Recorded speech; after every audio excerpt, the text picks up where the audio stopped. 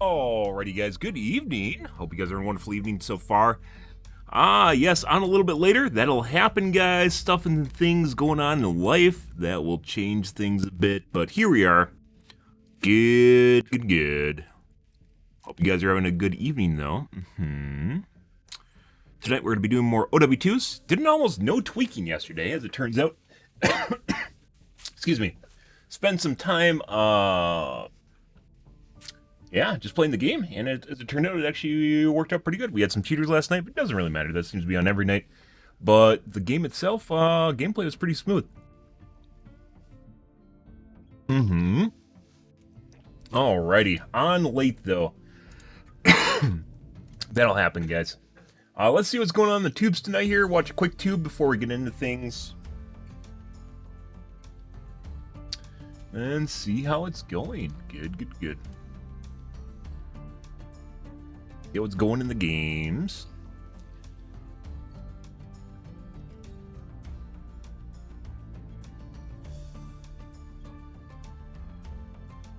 Yep, and there's Critical Drinker addressing the fact that they put a random gay episode into Last of Us, kind of out of nowhere, because it has basically nothing to do with the plot or storyline. Yeah, just there. You know, usual stuff, just two gay dudes, just, doing gay dude stuff, unrelated to the storyline. Pretty good. I guess, we'll see. I want to binge it all at once, but as I mentioned, I might not do that because of spoilers. We'll see, though. But that being said, people play the game, so they kind of just spoil everything to begin with.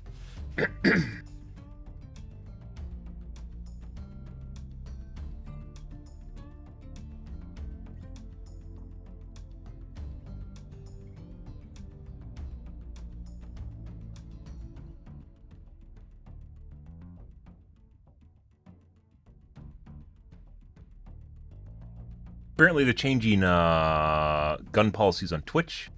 Not on Twitch, on YouTube. You guys are curious what that's about. Oh, God.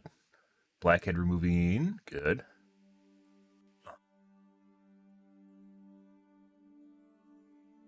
Oh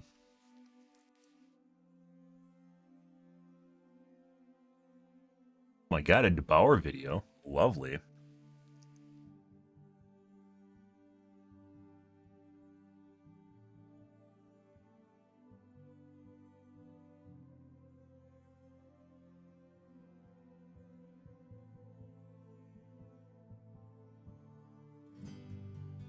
Urgent mission to recover Chinese spy balloon debris. It's kind of weird. I don't actually understand the super important the hype surrounding the weather balloon from China, because I mean it could be a spy balloon, but they can just do that with satellites. So why does it really matter? I don't know. I don't know why this even matters at all.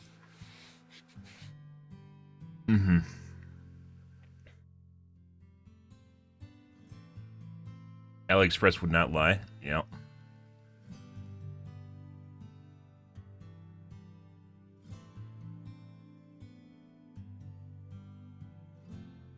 But that's like buying something off Wish. I think pretty much everyone's got scammed off Wish at some point. I don't even know which stays around. We're gonna take a look at this. Might take a look at this too. We will see. I'm gonna get my coffee though. Be right back, guys. 1 second.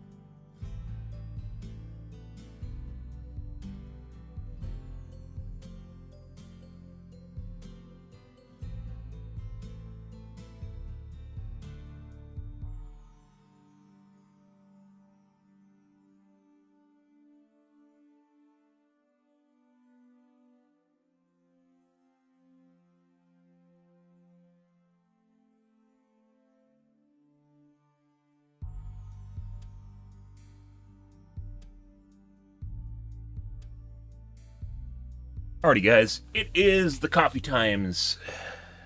Oh, you guys are watching Critical Drinker without me. Can't allow that. Let's take a look at this real quick. Fake Honda better. Oh my God. Why spend $400 to $600 on a Honda motor when you can buy a knockoff for under $200? And while we're at it, Tough to test endurance or durability. As well as a Harbor Freight Predator. In the first test, we'll run the engines for 40 hours without running it for basically thousands of hours or hundreds of hours. I guess you could. We'll see which engine is the fastest at dragging a tractor, trailer, Take a while.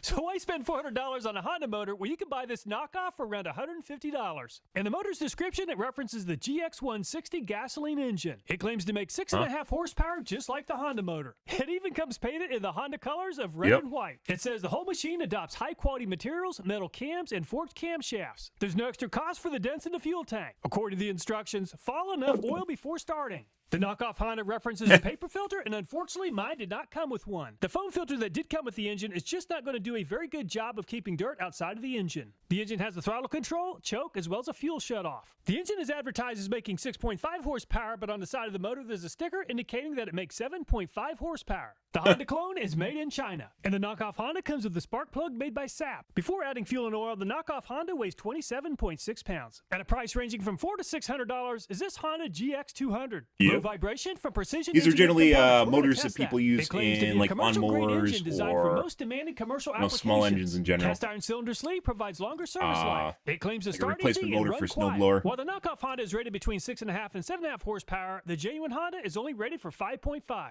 Unfortunately, there's even damage to the genuine Honda motor, and the Honda has a much better air filter system. The Honda includes a paper filter as well as a foam cover. The genuine Honda Problem motor with is made in buying Thailand, something and the shipped Honda to you comes with an NGK that is spark bulky, plug. And the genuine unless it's Honda shipped is a freight. lot heavier than the knockoff at 34.9 pounds. At a price around $150. Once you start getting to is the this upper Predator, edge which is of sold what at Harbor FedEx Freight. It's a or 212cc UPS will accept, overhead you can valve expect there to engine. be Just like the damage, knockoff Honda, it's supposed unfortunately. to make 6.5 horsepower. Just like the Honda engine, the Predator has a paper filter along with a foam cover. The Harbor Freight Predator is made in China. It has a cast iron cylinder that withstands wear and abuse. The Harbor Freight Predator comes equipped with a Torch brand spark plug. And the Predator weighs 34.9 pounds, which is very close to the same as the Honda. At a price of $312 is this Briggs & Stratton Durabore cast iron sleeve for extended life. The 208cc engine is rated for around 6.5 horsepower. Just like the Honda and the Harbor Freight Predator, the Briggs & Stratton has a paper filter and a foam cover. The Briggs & Stratton is made in China, and the Briggs & Stratton comes with a spark plug made by Champion. And the Briggs & Stratton weighs 32.52 pounds. I'll be using the SuperTech 10W30 full synthetic motor oil in all the engines. The oil capacity for the engines is just over half quart. All the engines have a built-in compression release to make starting the engine an easy process. So unfortunately, we're not going to get good information from a compression test. And it takes 16.5 kilograms or just over 36 pounds to spin over the Honda clone. And the Honda takes 17.5 kilograms or just about 39 pounds. And the Predator takes 23.5 kilograms or 52 pounds of peak force to spin over the engine, which is by far the most yet. And the Briggs & Stratton takes the least amount of peak force at 32 pounds. So the Briggs & Stratton is the easiest to start at 32 pounds of peak force, Honda knockoff 36, Honda 39, which is more than a Predator. 52 pounds. Let's go ahead and fasten the Honda and the Honda knockoff to a test stand for a side-by-side performance comparison. Each engine will be driving an alternator. The alternator is providing power to a battery, and the battery is providing power to a power inverter. Each setup will be providing power to a 500-watt halogen light for right at 4 hours. After that, I'll run the engines without a load since a lot can go wrong in a 24-hour period. I remove the factory fuel tanks, and each motor is attached to a fuel cell that holds between 6 and 7 gallons. And the empty fuel cell for the Honda weighs right at 16 pounds. And the plastic fuel cell for the Honda knockoff weighs 9 pounds. I just filled both fuel cells with 87 octane containing 10% ethanol. And the fuel cell for the Honda weighs 54 pounds. The Honda Clone's fuel cell weighs 59 pounds. The no load RPM is set for 3,600 on all 4 motors. And the Honda Clone started on the second attempt. With the sound meter about 3 feet from the motor, the Honda Clone is pretty loud at 94.1 decibels.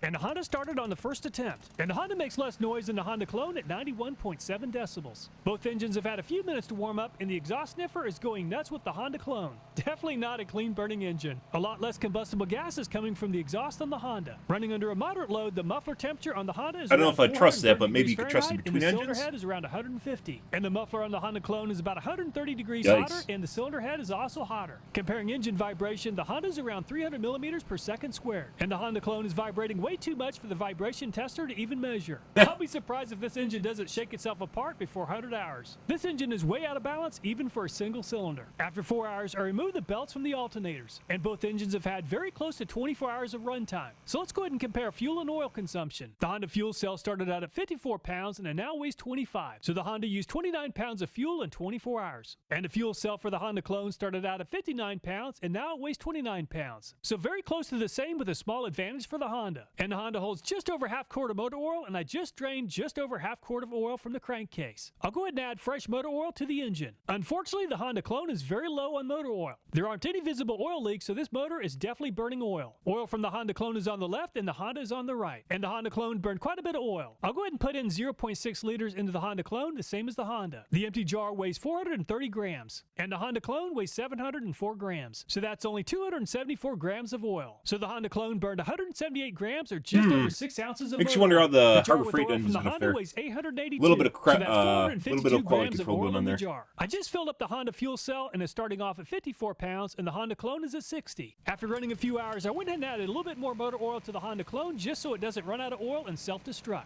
Another 24 hours has passed for a total of 48 hours of runtime. During the past 24 hours, I had to add oil to the Honda clone twice to keep it from running out of oil. I did not add any oil to the Honda. 24 hours ago, the Honda fuel cell weighed 54 pounds and now it weighs 26. So that's 28 pounds of fuel in 24 hours. The fuel cell for the Honda clone started out at 60 pounds and now it weighs 30. So that's 30 pounds of fuel compared to 28 for the Honda. So the Honda is 5% more fuel efficient. I'll go ahead and collect oil samples from each of the engines. To avoid making a mistake, I'll label each of the bottles at the point of collection. I'll send the oil to an oil testing lab and they'll measure the oil for wear metal content. I received quite a few questions regarding the cost of an oil analysis. The cost is right at $35 if you don't need a total base number analysis, or $45 with the TBN. And a spark plug from the Honda clone has a lot of carbon deposits from burning oil. I did not expect to see that much buildup from a motor with only 50 hours. And the spark plug from the Honda is still looking pretty good. A side-by-side comparison, and there's a huge difference. Let's kick off the Predator against the Briggs & Stratton. The fuel cell for the Briggs & Stratton weighs 56 pounds, and the fuel cell for the Predator weighs 60.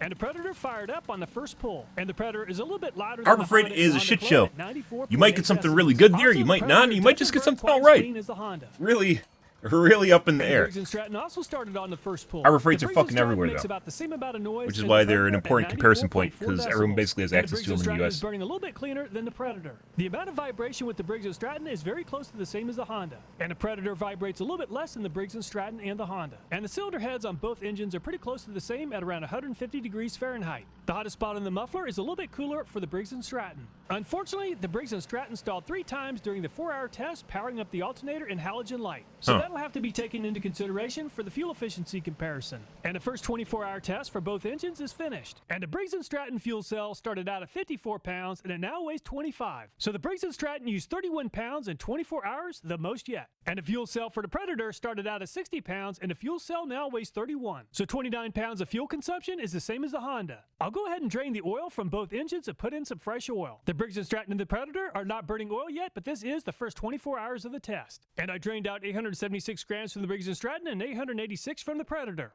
So the Honda, Briggs & Stratton, and Predator are all within 10 grams of each other. The Briggs & Stratton is starting off this time at 56 pounds, and the Predator is starting at 59. And both engines started just fine on the first pull. And it's been another 24 hours for a total of 48 hours of runtime. And the Briggs & Stratton's fuel cell started out at 56 pounds and it now weighs 28. So that's 28 pounds in 24 hours. And the Predator's fuel cell started out with a weight of 59 pounds and it now weighs 32. So 27 pounds in 24 hours is better than the Briggs & Stratton. I'll go ahead and collect oil samples to send off to the oil testing lab. I've already labeled each of the collection containers to avoid a mix-up. It'll be very interesting to see the wear metal content for each of the motors. We'll go over the results later in the video.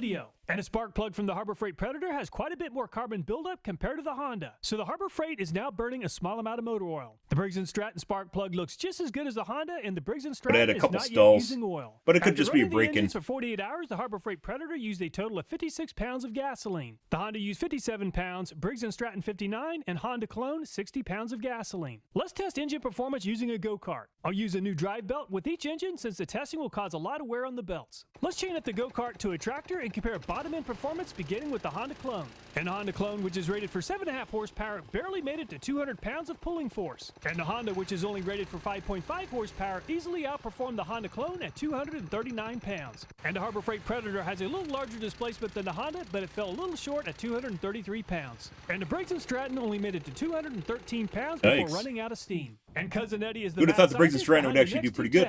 After the first practice run, Cousin Eddie put down the flag and took his position on the trailer to hold down the lawn tractor. With a new dry belt in place, the Honda Clone pulled the trailer and lawn tractor and Cousin Eddie 25 feet in 4.15 seconds on the first attempt. And Cousin Eddie thinks the Honda Clone could do better, and the Honda Clone finished the second pass in 3.95 seconds. And the Honda Clone finished the third pass in 3.95 seconds for a three-pass average of 4.02. And Cousin Eddie has moved to the back of the trailer for a better view of the action. And the Honda makes a lot more bottom-end torque and it easily outperformed the Honda Clone at 3.59 seconds on the first run. And the Honda once again outpaced the Honda Clone at 3.54 seconds on the second pass. And the Honda just made its fastest time yet at 3.44 seconds on the third pass for an average of 3.52 seconds. And Cousin Eddie's getting tired of standing, but he's also still in the back could of use the them in trailer go-karts, for I the Harbor guess. Freight Predator test. And the very affordable Harbor Freight Predator just made the fastest run yet at 3.39 seconds on the first run. And Cousin Eddie's a bit of a show-off, and now he's doing a sideways plank on the tractor seat. Very impressive core muscle strength with Cousin Eddie. And the Predator lost a little bit of speed on the second pass, but still did great at 3.44 seconds. And the Predator performed close to the same on the third run at 3.59 seconds for a three-run average of 3.47 seconds to take the lead from the Honda by 0.05 seconds. And Cousin Eddie says it's good luck if he's on the front of the trailer. And the Briggs & Stratton struggled on the max torque test and the struggle in this test at 4.1 seconds on the first run. Cousin Eddie says he can lay on top of the tractor to help with aerodynamics to help the Briggs & Stratton win. And the Briggs & Stratton might be slow, but at least it's consistent at 4.1 seconds on the second pass. And the Briggs & Stratton made its final pass in 4 seconds flat for an average speed of 4.07 seconds. So the Harbor Freight Predator came out on top with the fastest average time of 3.47 seconds. Honda was just about as fast at 3.52, Honda Clone 4.02, and Briggs & Stratton 4.07 seconds. Let's get rid of the trailer and test the entire RPM range in the 100-foot run. And it's 5.31 seconds on the first pass. And the Honda Clone is a little faster this time with the front of the go-kart reaching the finish line in 5.16 seconds. And Cousin Eddie insists that he wants in on the action on the third run. And the Honda Clone made the final pass in 5.47 seconds for the slowest time yet. So throwing out the third pass, the Honda Clone averaged 5.24 seconds on the first two passes. And the Honda accelerates noticeably faster than the Honda. Some of these actually might be applicable. Jokes aside, like the towing capacity and like what would be torque, and then like how fast it would get up to under load, I guess. And the Honda continues to outperform the Honda Clone on the third run at 4.71 seconds, the fastest time yet. So on average, the Honda is almost a half a second faster. And the Predator outperformed the Honda on the last test, and it outperformed the Honda on the first run at 4.76 seconds. And the Predator showed very good consistency and maintained very good speed on the second run at 4.76 seconds. And the Predator finished the third run and right at 4.76 seconds, the exact same time as the first two passes. And the Briggs & Stratton struggled on the last test and struggled on this test, finishing the first run in 5.42 seconds. Fortunately, the Briggs & Stratton's a little faster on the second run at 5.31 seconds, but is still at risk for a last-place finish once again. And the Briggs & Stratton completed the third pass in 5.31 seconds, the same time as the second run. So once again, the Predator came out on top at 4.76 seconds, but the Honda wasn't too far behind at 4.83. Pretty good. The Honda Clone averaged 5.24 seconds, and the Briggs & Stratton 5.35 seconds. And cold weather performance might be a factor in some applications. After placing all the engines outside all night, the engines are pretty cold at just below freezing. Fortunately, all the engines fired up on the first pull. I'll leave a link to the original oil analysis reports in the video description. Very interesting results on the oil analysis. Aluminum is a wear metal, and the fake Honda has more aluminum in the oil than the other three brands. The presence of chromium is an indicator of piston ring wear, and the Predator has the most at 1 part per million. However, 1 part per million is a very low number. The fake Honda has the lowest amount of iron, while the Honda, Briggs & Stratton, and Predator have 12, 13, and 14 parts per million respectively. So all of the engines look great with regard to low levels of wear metals. Air-cooled engines have a high operating engine temperature, and that caused the oil to thin out. Finally, I added a lot of oil to the fake Honda during the test, which allowed the fake Honda to have the freshest oil of all the brands. An engine with a lot of blow-by tends to have more insolubles. So it makes sense that the fake Honda has 0.2% insolubles compared to 0.1% for the other engines. The Honda definitely seems like the best engine, but we consider the price and performance, the Predator definitely seems to be the best value. A big thanks to everyone that supports the channel and allows me to put together these more expensive videos. Oh, that's really a ticking time bomb. If it's burning oil when it's fresh, it's not something you'd expect. Well, normally if you have an older engine, you might check the oil more often. Yeah, if it's brand new, Something you might not even take a look at, and definitely would fuck you in the ass later. Oh, that's pretty good. Good. Good, good, good.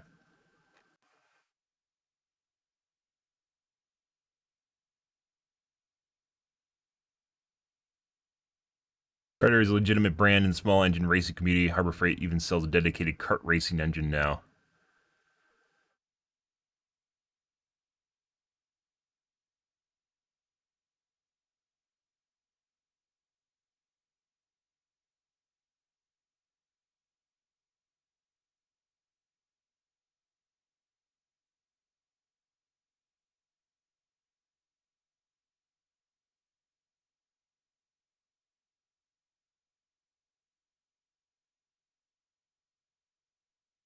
Harbor Freight has pros and cons, that's for sure. Yes, it does.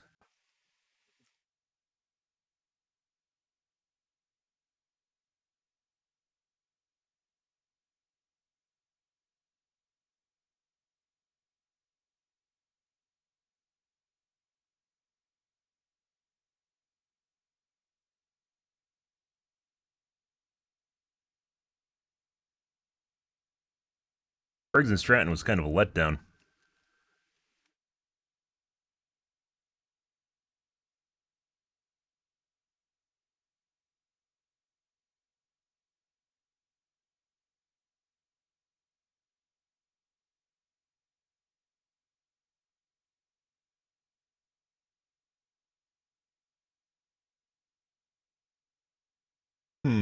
Good, good, good. Interesting.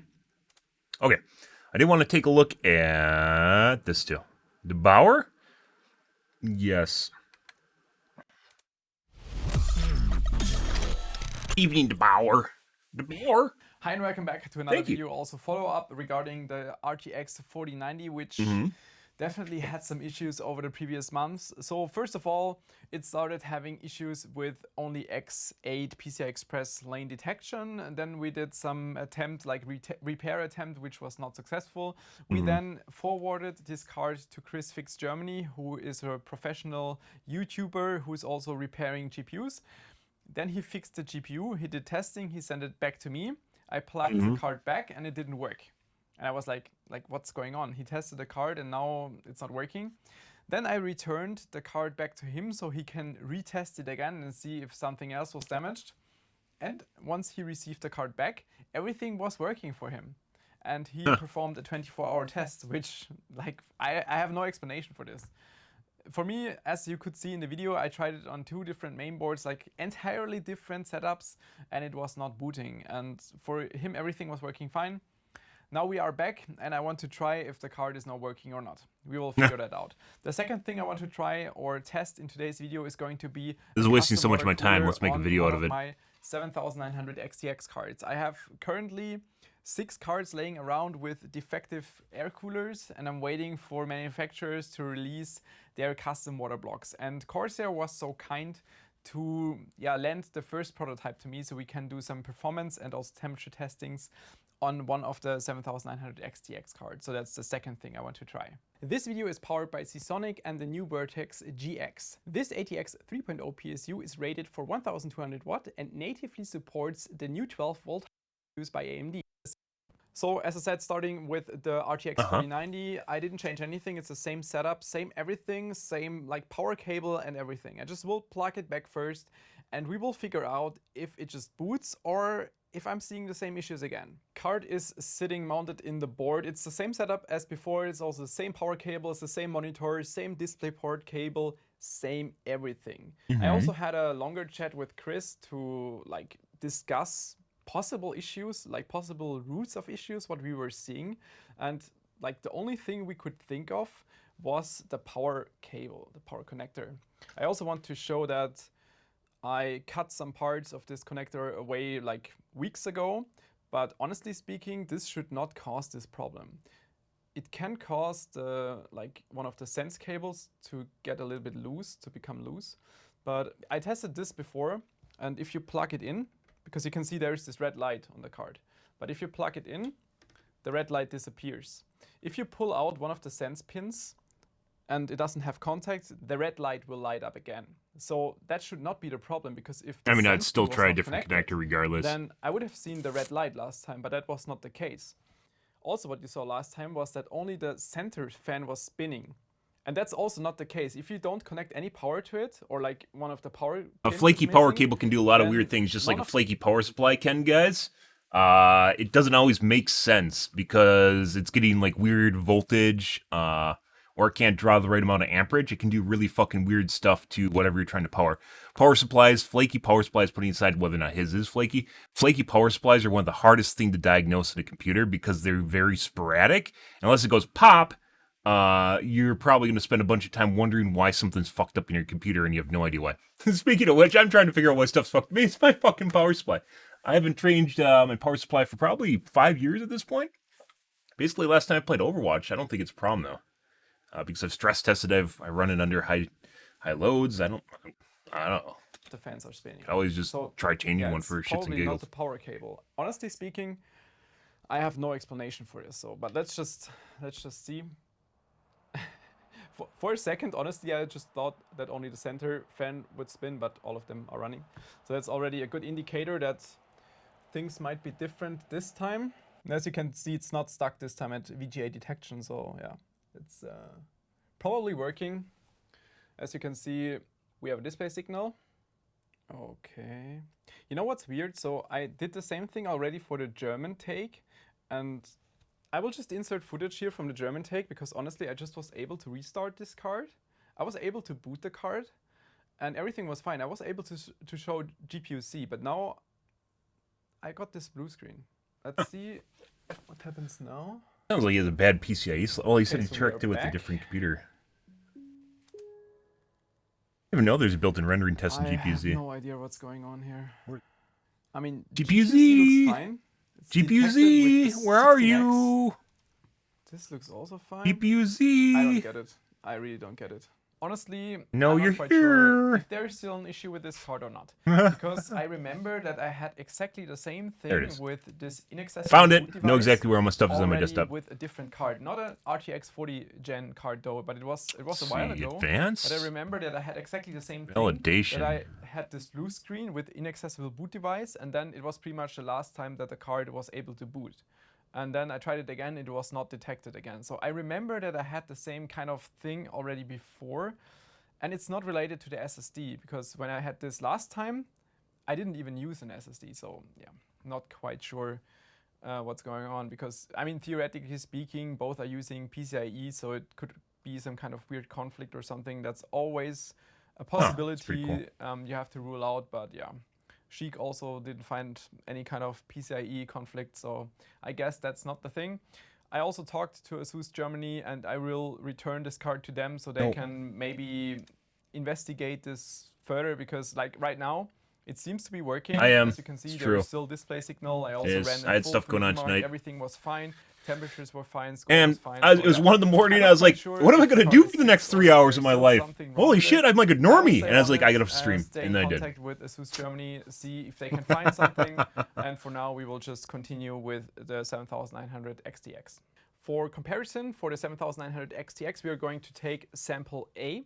It's true. And just going back to one of the slides I did in the previous videos, with card A, we saw a pretty much normal behavior in the vertical orientation. Honestly, guys, even with the shit going on, I would 100% buy an XTX with the vapor chamber bullshit, and then just roll the dice on it, and if I get a shit one, I'd RMA it. It's basically what it would come down to. So I have all of the data of this card. Actually, I think you could just send it back to like Newegg. So I have all data of this card in vertical orientation, temperatures. I think you can still do that. You can't return it, but you can send it back as effective. Get a new one. Applied and have some comparison. Fully disassembled. Because to be perfectly honest, they aren't bad cards at all. They were really good value. The only reason I'm stuck in a 4000 series is because I fucking need it. I fucking need it for streaming, for my weird ass fucking streaming setup. As you can see, there are some water residues. They use this block for internal verification. That's why it doesn't look new. So you can see some, yeah, just some leftovers, but that should be fine for our testing. Secondhand blocks. The correct performance.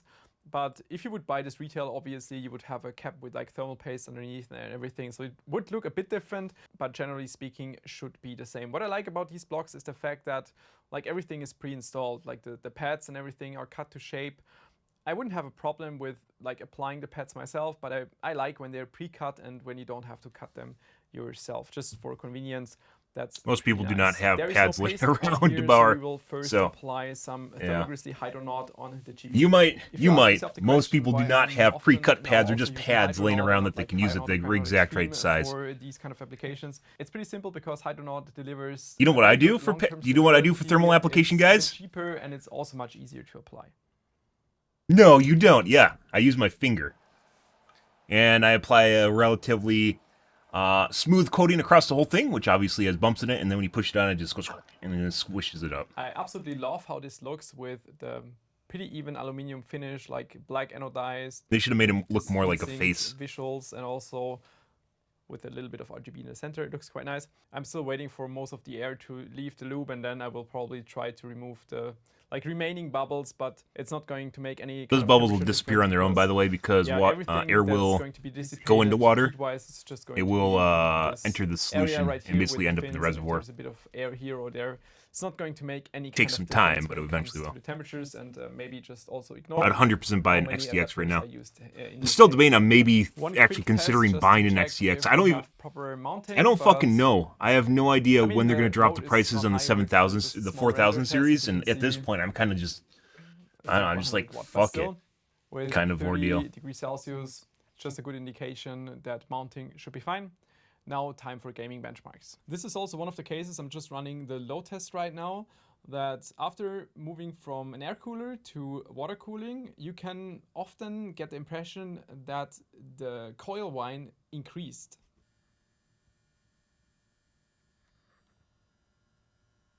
And theoretically, it's definitely possible that if you have the cooler sitting on the coils with different, like thermal pads, for example, that it might subjectively increase the coil whine. But in this case, I'm not even quite sure because the stock fan was so loud that I'm not sure how much coil whine it had stock because you couldn't hear it. The fan was definitely much louder. And there's a giant heatsink in the way. It's so much more quiet that you can definitely hear it. The stock, we saw temperatures of the GPU of about 67 That's where you have to use a spectrum analyzer. Temperature of about 85 degrees Celsius. Now with the Corsair water block, as you can see in the yellow line, the GPU hotspot temperature is roughly at the same temperature as where we had the normal GPU temperature previously. Just looking at this, you can see that we have I'm going to predict a 3% increase in the GPU performance. Temperature itself is under load at about 42 degrees Celsius. So overall, we can talk about 20 to 25 Kelvin lower temperature than stock. So Kelvin instead of Celsius or Fahrenheit. It's common knowledge that a lower temperature will decrease the power consumption of, for example, CPUs or GPUs under load due to the better cooling. But as you can see here, we have pretty much the same power consumption as before of about 350 watts. It's a very small amount. But this is only caused because the boost increased, as you can see here again with the yellow line.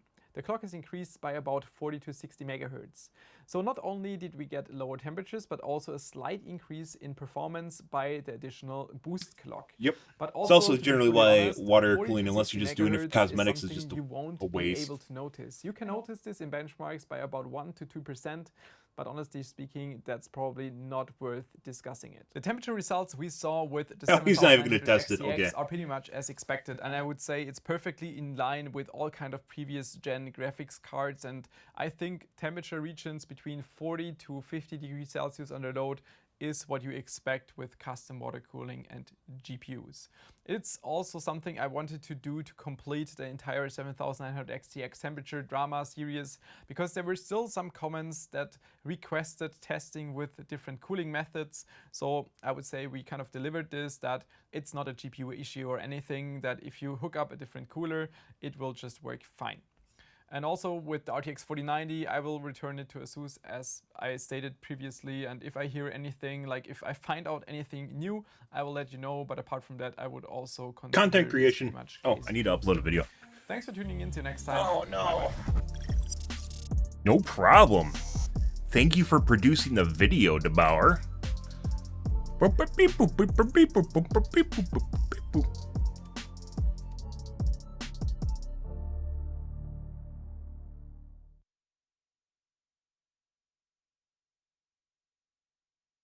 Okay.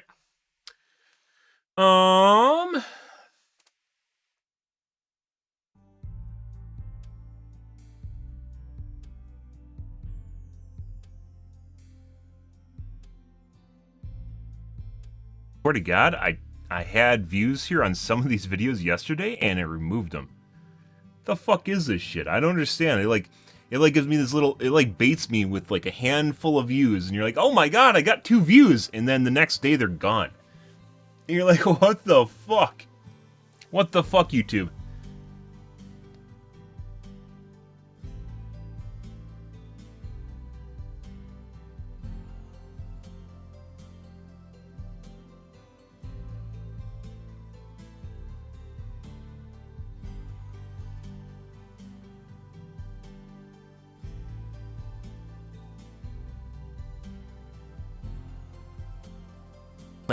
Playing with my young heart. Full stream. Gaming. Gameplay. Overwatch 2. Overwatch? Overwatch 2. Playing with my young heart, guys.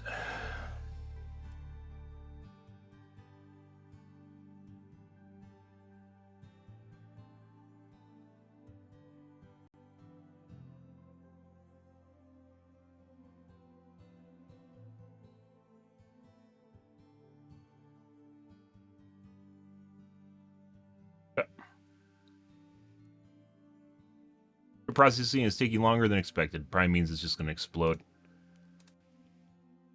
When it usually says that, your video just disappears into the nether and it never comes back. I think I have one still processing from over a month ago. Hey, someone figured that out. Okay. Move along. Let's take a look at the Reddit tier tonight, guys. Oh my God. We got some lovely hate mail. What is it? Am I crying?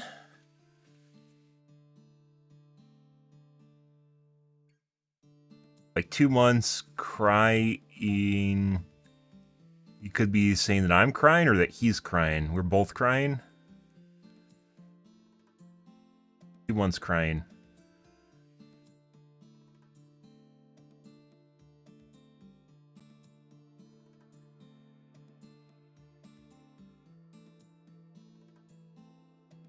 Overwatch credits. I don't know. That could go either direction, guys. Unspecified, directions not clear. Show me your setup. No, I don't want to see your Switch. You want to hear the vol is not viable for the 32nd time.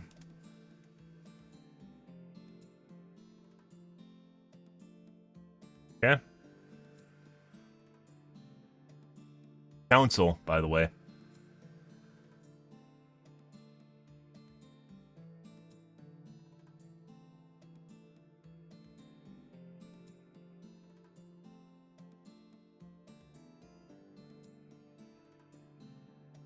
Yeah, I mentioned before he has high skill floor, high skill ceiling. He's like Genji for tanks, and people think it's silly because he's a ball, but it's true. So many Junkrat players use his skin because they're metal.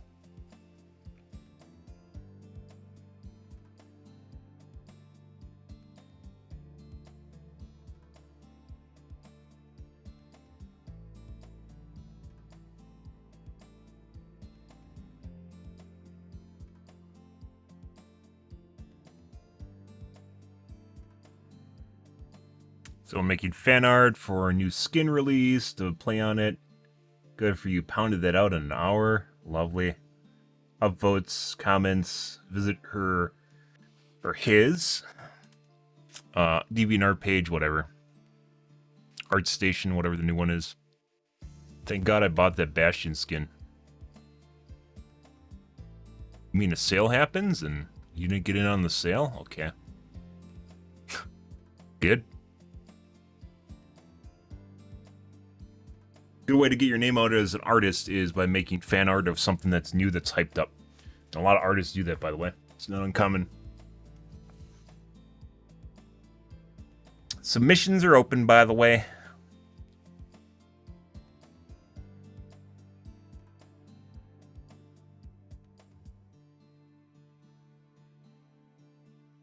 AMD Reddits.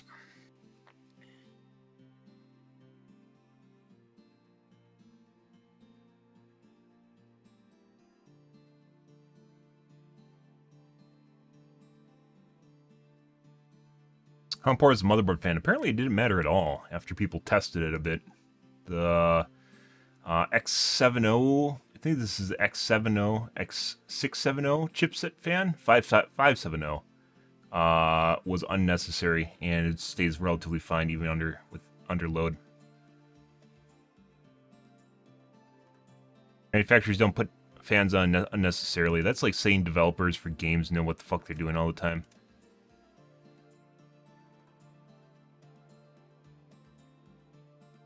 Can I even see if mine's working? What do I actually have to do to...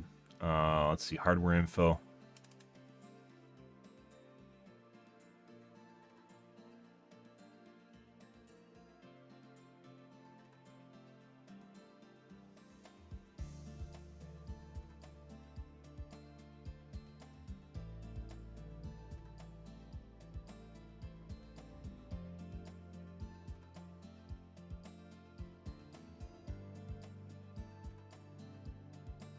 I think PCH is actually my chipset fan.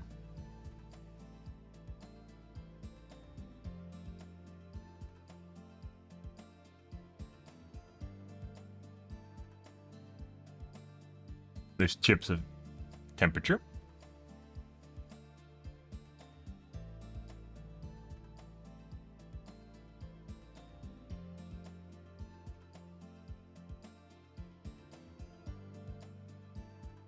Jelly is read directly from the chipset. Okay.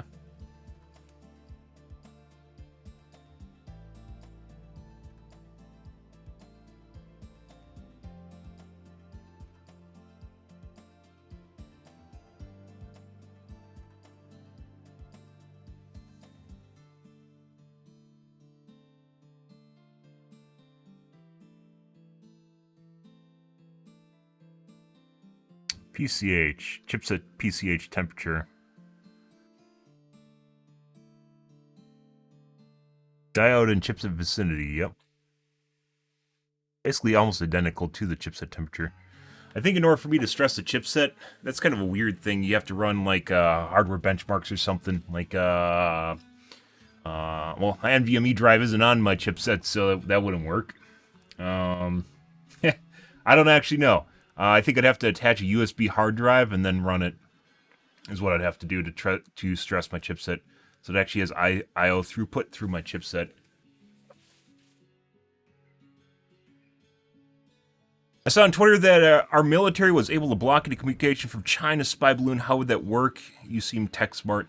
They probably use some sort of jammer, scramble, so they fill basically the airwaves. A jammer generally works as it fills the airwave with basically a bunch of garbage. And if you can't tell the difference between a normal signal and just garbage, you aren't going to be able to read it. It's like, imagine just filling a channel with a bunch of static, is what it amounts to. There's probably more advanced ways, and there's more advanced ways of communicating, such as laser, right? But that doesn't work really well in the atmosphere, because atmosphere will diffuse it. But even without laser, it could use a light. It could read a blink off a light, which isn't the same as a laser, but it could like communicate in a light that is monitored off it. That'd be very visible to anyone watching it. But there are multiple different ways to communicate, right? Depends.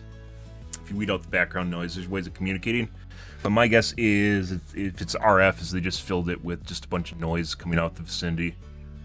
Basically point something in the general direction of it and fill it with just a bunch of gobbledygook. And I can't figure out they do the same thing with drones. Fill it with gobbledygook, and if the drone loses communication with like the controller, it will basically just return to the controller, wherever that is, and power down. Backup option. Beyond that, I have no idea. I don't know if they had a plane circling or what, because we have a bunch of spy planes, not spy planes, but intel planes, I guess you could call them. Not the same thing as like a Blackbird, but like let's see. U.S. intelligence gathering plane. They have the giant dish on the top of them, reconnaissance aircraft.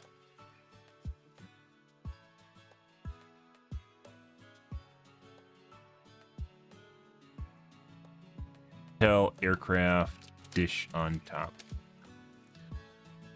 Guys.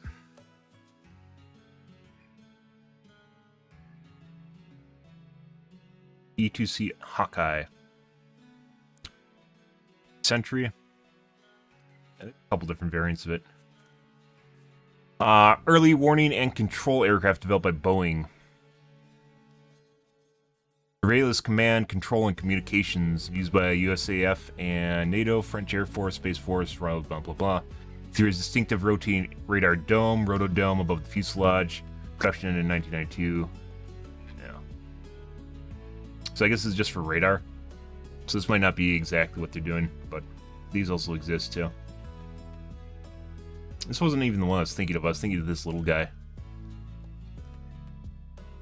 But I believe these are just, if someone just read, are just movable radar dishes. Tech destroying tech? I kind of doubt it. From what I read, they shot it down with Sidewinder. Once again, this doesn't really even matter, as it turns out, because anything that basically a weather balloon could do, they can do with a satellite. I don't actually know what the advantages of using a weather balloon would be to a satellite besides propaganda. So, yeah, people were freaking out about a weather balloon like satellites haven't existed for the last 30 years. I don't know. Maybe there's something I'm not aware of. Maybe they can do something I'm not sure of. But yeah, satellite, weather balloon, surveillance weather balloons, kind of, yeah, you can do that with the satellite. So, you know. But yeah, they shut it down with the Sidewinder, apparently. Good for them. Yay! I mean, it made it onto the news. People looked at it and they went, "Wow, China." Makes me wonder if, like, I mean, China acknowledged it and said it was theirs, right? So we know it's not possibly by people inside of our country. There's like Trump's new platform is we're on the brink of World War III or some stupid shit like that. Yeah, like fear mongering. So it would fit right up like a political agenda alley.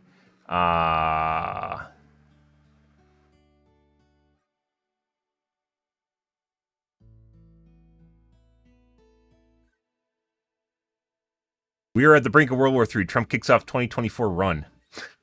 Yeah. I really hope he doesn't get reelected. I hope Biden doesn't get reelected either.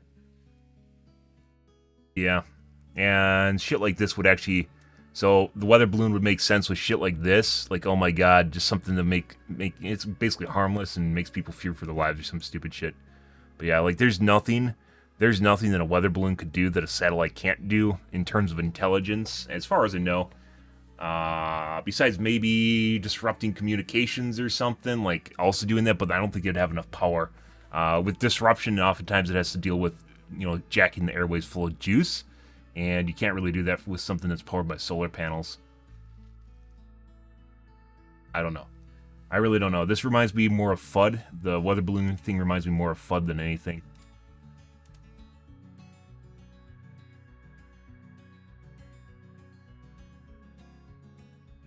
Don't know. But F-22s, yeah. It's kind of interesting story, though. Is like the F-22 is actually... There's two aircraft that fought for the fifth generation before. The F-35 is not an F-22, by the way. The F-35 is more of a general aircraft. The F-22 is an air superiority fighter. But there were two aircraft that actually competed for it, and one was actually, my personal opinion, was superior. This is something that's kind of debated about highly, but there were two aircraft that fought for it, and the reason... some people think that the F-22 run, and I'd actually kind of agree with that. The F-22 run won was because of politics and who manufactured it. So it came down to marketing and politics. Yeah, and the competitor, which is a very cool looking aircraft and very cool aircraft, is the YF-23, which is this guy. And if you've ever seen it, it just, you know, it looks... While the F-22 does look futuristic, the YF-23 just looks more futuristic than the F-22 is, based on design, and actually can outperform the F-22 in certain maneuvers and speed. But they're very close together. But yeah, like imagining like China, like there's a lot of copycat aircraft of the F-22/F-35 that are out there now. China has their own variant. Russia does its own thing. Russia does Russia, but there are a couple different knockoffs of it, and they all have similar design of the F-22, but the YF-23 looks like a step above the F-22. Yeah, this is stuff that you normally see like when you're looking at the experimental gliders and stuff, like the super fast gliders. Yeah. Very, very cool aircraft. But it was canceled. And there's a lot of people that said that it was particularly because of politics, not even because it's cheaper or something, because of politics. Politics and marketing, that's a sad place to be. Very cool aircraft. A lot of people didn't know there's actually 2 different aircraft that competed for basically the F-22 spot, and the YF-23 was one of them. And it even looks more futuristic than an F-22, doesn't it? All the looks are and everything. I'm going to go wash my coffee cup out, guys. I will be right back in 1 second.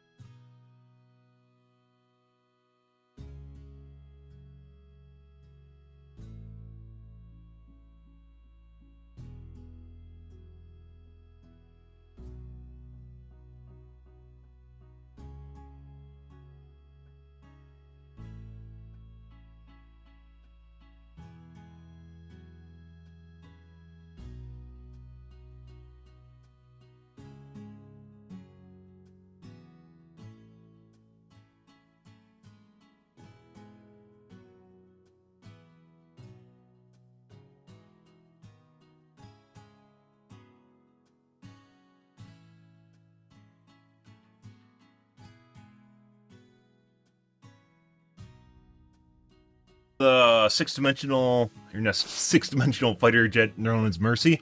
No, 6th generation aircraft. Kind of makes you wonder what they're going to be, because we can't even, if you know about the F-22, we basically don't fly them because they're so expensive to fly.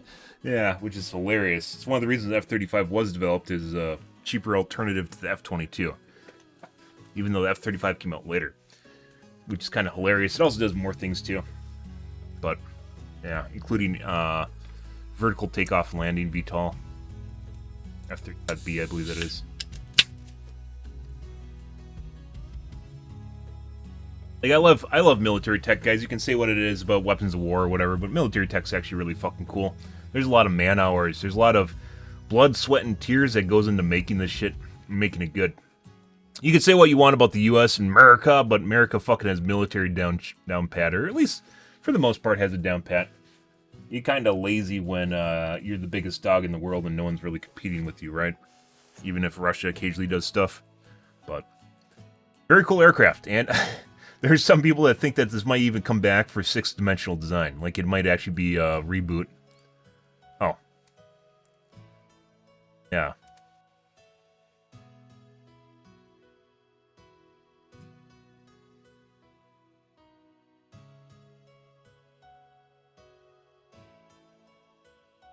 It could offer a modernized version of the YF-23 to Japan. As far as I know, they can't.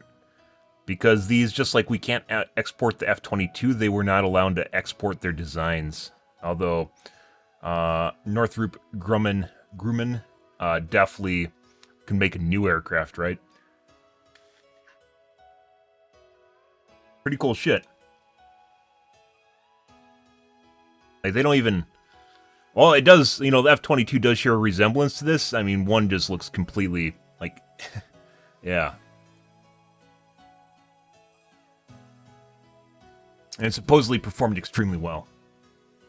But it didn't matter because apparently they gave the contract to, was it Boeing? The competitor for the F-22. Who makes the F-22? The YF-22, F-22. Northrop Grumman, Lockheed Martin. Here we go, other guys. I mean, F-22 does look very, like, futuristic, right? They gave them the contract because they wanted to make sure that both Northrop and Lockheed Martin remained solvent, so they wouldn't go bankrupt. So they awarded contracts based on wanting them to actually basically stay alive. Essentially is what it came down to, too. Deuce in service, yeah, they don't really fly them. Basically, F-35s are what they're flying. And then, because the F-35s are so expensive, we retrofitted F-16s to basically be like kind of like big bombers. Have you seen the new F-16? Was it XE?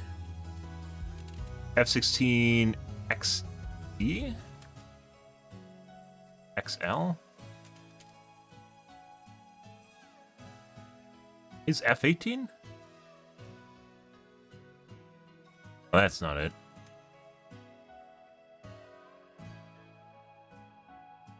X? Maybe before porn pops up somehow.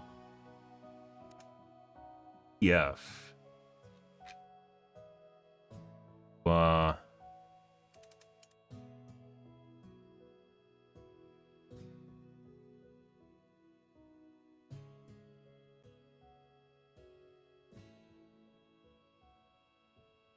No, it's new.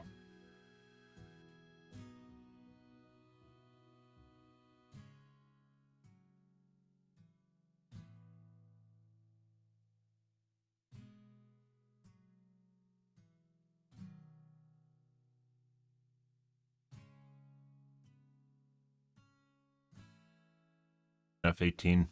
I don't remember which one it was. I think it's an F-18.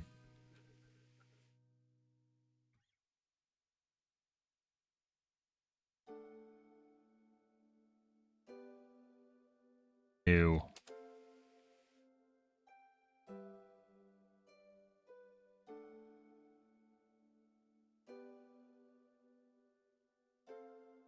Block 3?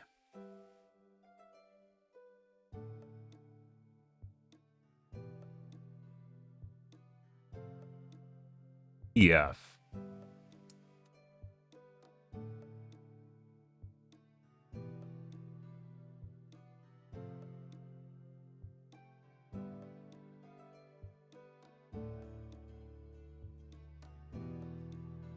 But basically, they modified the jet to be more of a bomber rather than air-to-air superiority fighter, because that's basically what the F-22 is.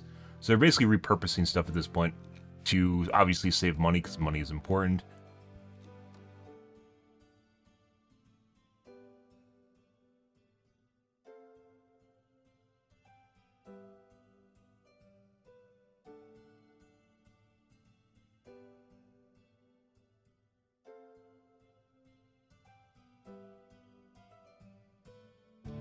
No, maybe it's not that. Oh, that bugs me. I can't find it now. F-18, F-16 now.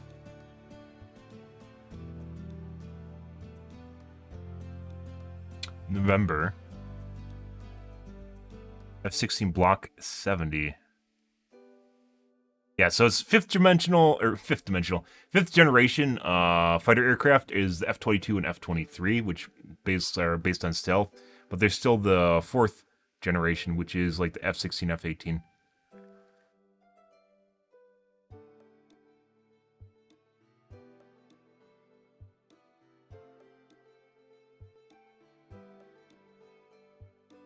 Block 70. So it was the F-16.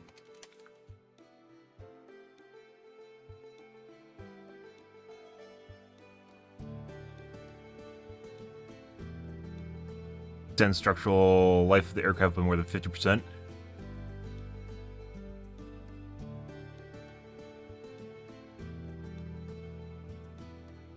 The aircraft's been around a long time, 1974. Another iconic American aircraft.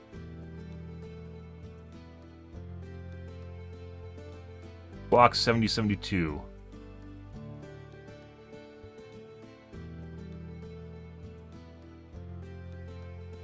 Upgrades to 144 aircraft started in 2070, expected to complete in 2023.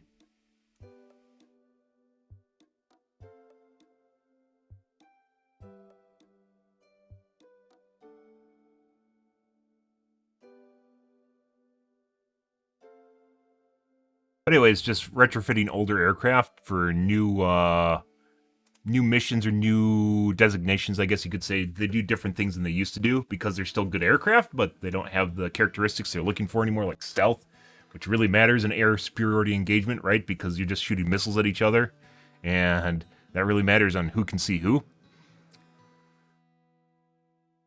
By the way, I'm pretty sure the YF-23, the aircraft we looked at earlier, has better stealth characteristics than the F-22 does, by the way. Guy, unless you basically come down from the top, in which case you have, you can see the engine better.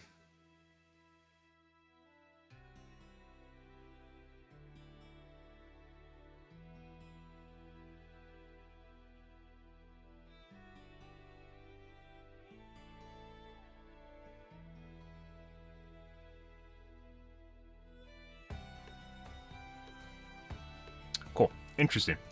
Good. Anyways, I don't know. I have no idea what the... I don't even think they have complete criteria for 6th generation aircraft, because it's just kind of... what do you do after stealth sort of ordeal? Right? Make a better stealth fighter? Sure. And then it basically comes down to purely stealth aircraft like the B-2, or there's a new B-22, by the way. I think it's B-21. That's going to replace the B-2 bombers. B-21? Raider. Yeah, this guy, which is basically like a newer variant of the B-2. Updated variant of the B-2. Looks an awful lot like a B-2, doesn't it? They're designed because the B-2 apparently is extremely expensive to fly, so they had to make a more cost-effective model. I guess that's what the B-21 mainly is. There's a couple other changes, though.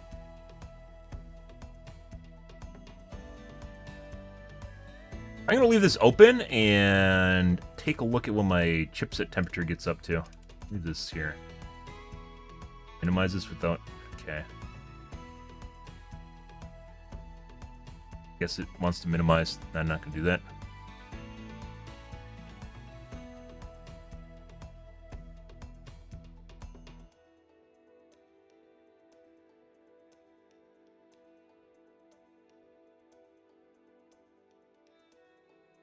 None of high-pitched noises? Yeah.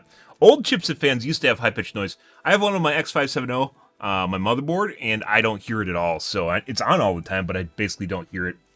And I guess I'd have to check to see if it's spinning. I think it's actually under my heatsink. Yeah, that was one of the problems with it. It's actually underneath my video card, so it sucks in the hot air from my video card. Maybe that's what's fucking up my computer. Maybe that's what's fucking up my computer, is overheating my chipset, which then fucks around with my USB, because actually my mouse is connected straight to my CPU, so that's not it. It's actually off one of the, because Ryzen CPUs actually have a built-in chipset in them, more or less. And even though it has a chipset, there's actually things that come off of the video card in addition to PCIe lanes, including USB now. Like my mouse goes straight to my CPU. It's a neural link, guys. It goes right to the CPU, just straight in there. Another thing that could be wrong, though.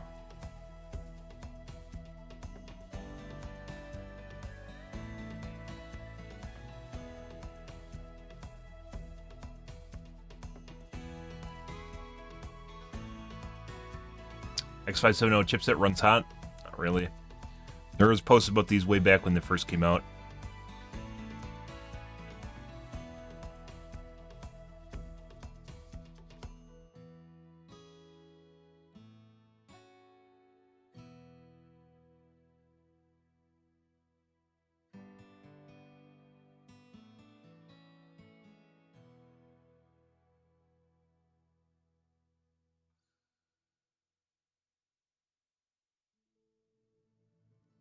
They're also big. The 40mm fans they're talking about are actually pretty big. Yeah, and you can't fit a video card over the top of it when you do that.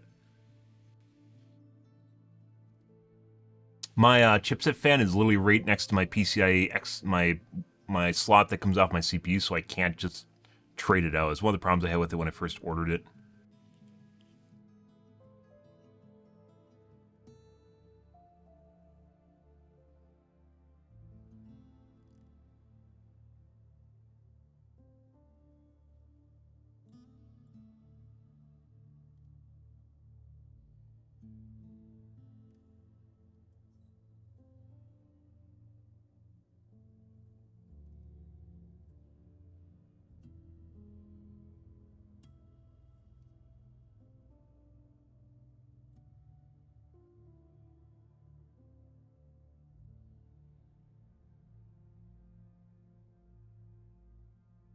Take it out and drip some lubricant in on it. Yeah, you can actually lubricate your good fans, by the way. Most of them have, you can flip the little sticker on the back of the fan, you can actually pull it up.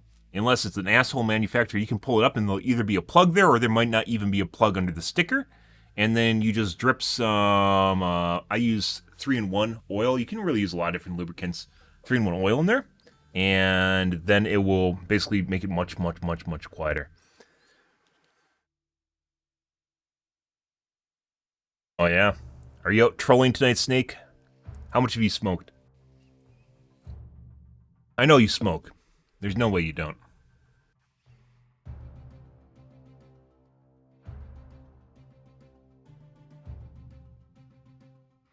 You could even use a piece of masking tape, assuming you clean up the extra lubricant, because it won't stick to that.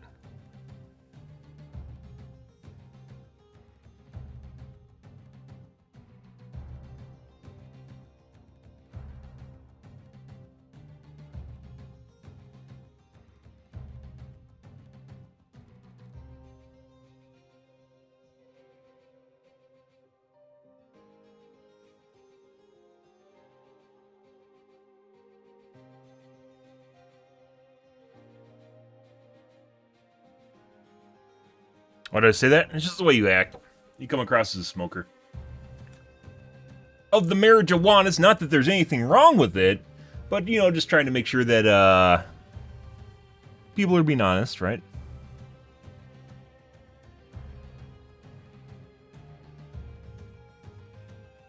You like being assertive. Uh-huh.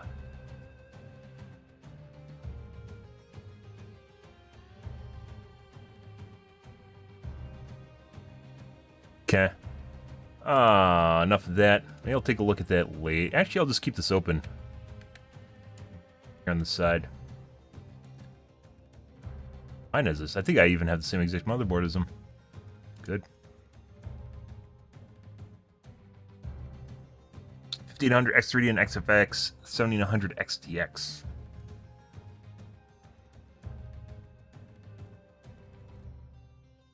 $7,900 XTX mass streaming equals massive FPS drop.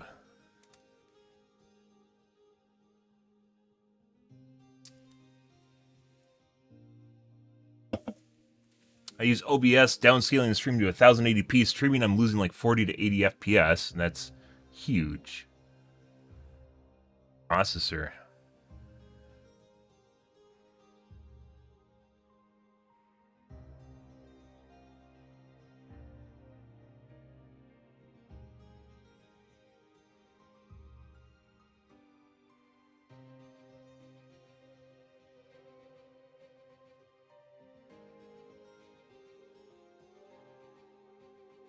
Depends. There's a lot of weird stuff that could be going on here. One is you could be using the wrong type of, what's it called, filter?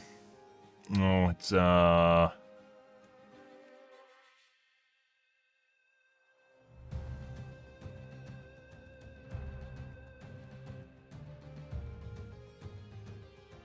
downscale filter. It is a filter,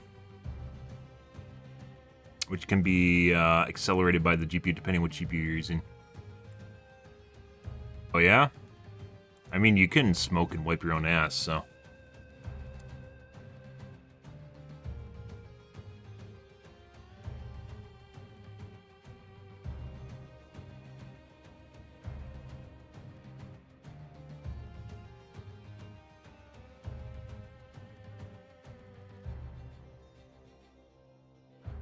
Stuttering.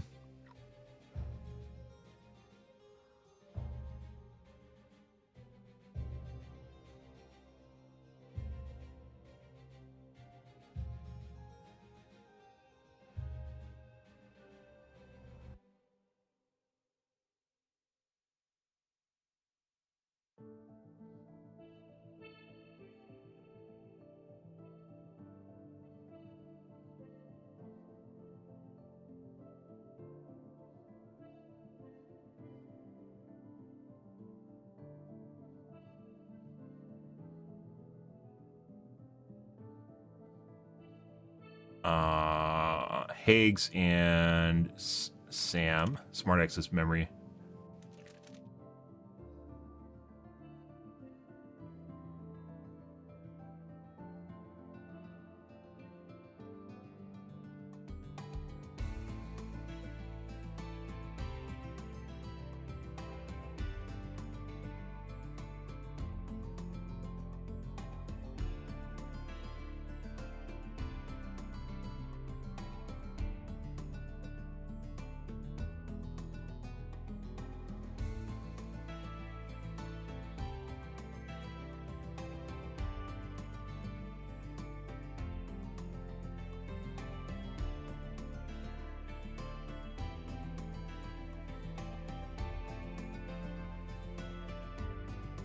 And forgot about it.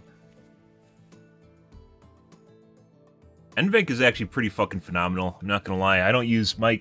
I have a mirrored setup, guys. My streaming setup is basically mirrored to my streaming PC. And that's basically it.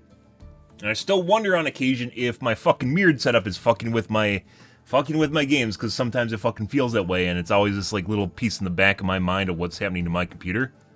Yeah. But there's not much I can do about it, besides nothing. Occasionally, I'll try installing OBS on my main PC again, and then I will, not remote desktop, but I'll use like a screen capture to send my PC to my other PC and unhook my mirrored monitor, disable my mirrored monitor. And in the past, that has yielded no results, so I've stopped doing that, and it also made my games feel weird. And once again, it would be fucking phenomenal, absolutely phenomenal, if I could get a mouse input analyzer, input latency analyzer. I want that. And that's whenever I get my monitor, I'll be able to figure some of this shit out, or I have to buy a different one, like a standalone model.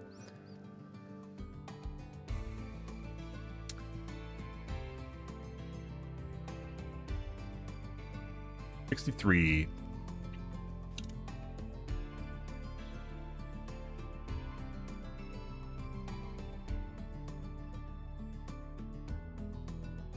Okay.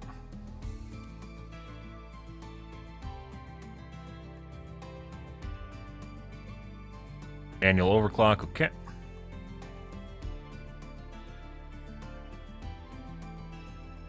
Driver timeout crashing issues.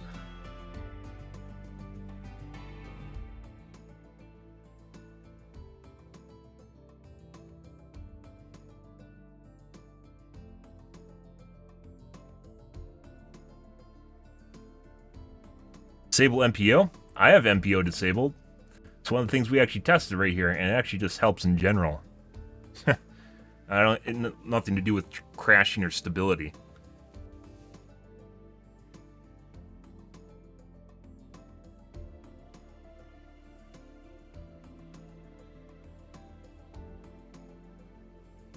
Okay.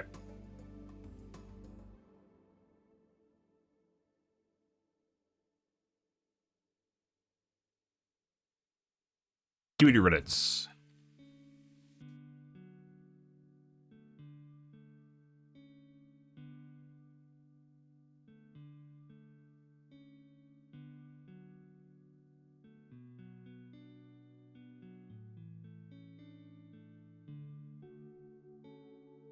Albert Wesker in-game voice actor Connor Fogarty. Hey, please don't imitate a character I've done and make content framing it as real unused lines from a game, particularly if you're using homophobic slurs in it.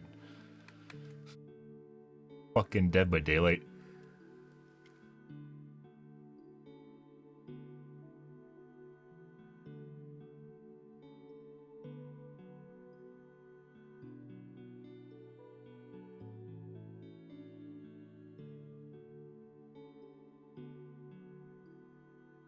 Me as a Wesker main, when I need to go around not calling every survivor a slur, I call them Ouroboros. I don't think he's referring to the 11 AI voice thing that happened over the last week. I hear Wesker ones, but there's a good handful of characters reading copy pastas and stuff like that. Some more vulgar than others. Chris, I need you to bend over for me. Can't say that about a female survivor. Only the males. Only male and male action. Because it's alright if they're a guy. But that would take all the fun out of it. I know it would, wouldn't it?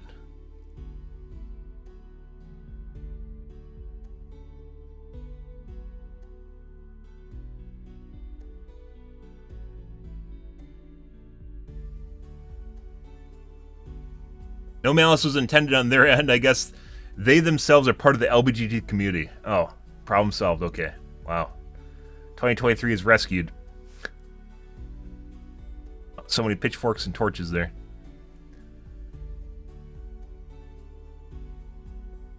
Win isn't worth 20 minutes kicking gens. I mean, it is if you're on the winning side.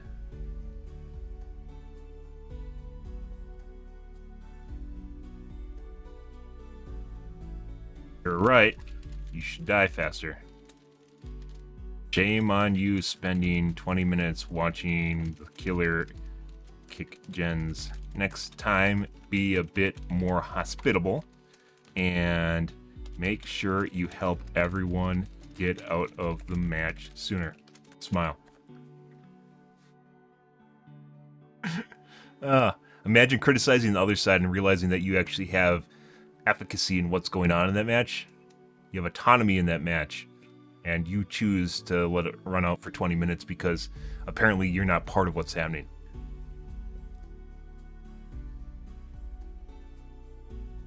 Yeah, so Dead by Daylight community, guys, is kind of in a shit show right now because there's so few killers playing. They're getting some really weird matchups. There's a lot of people that are just getting really shitty survivors, and as such, they think they're doing really, really well, and it's making the game look pretty miserable for both survivors and killer because killers aren't going against good survivors, and survivors are just getting whatever the fuck they're matched up against because no one's playing killer. We could actually see real quick here.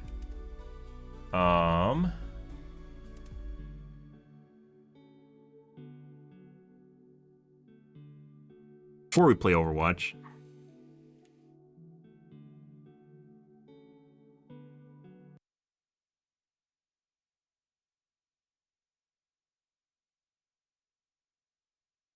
I basically haven't played Dead by Daylight for months at this point. I have booted up on occasion to see like what's going on as far as killer survivor ratios. Let's see what we're at tonight.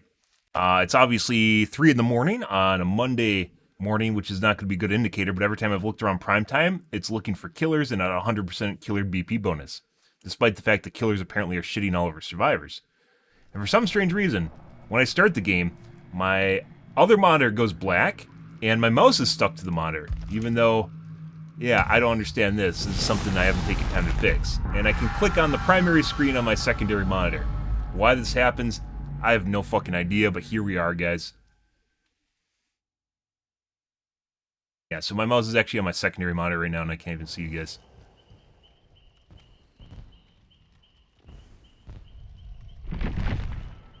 Oh, I got BP.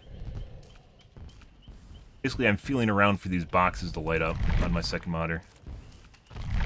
Hey, look, guys, killer is at 100% BP.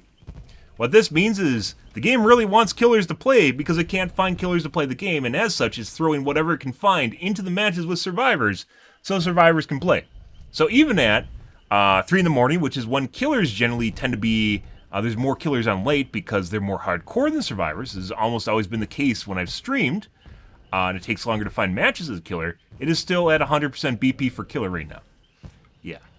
Survivors bitching about things is because killers have left. You can easily check out the ratio of survivors to killers by looking at that little BP thing. Surprise. Okay. Gotta change our headphones here.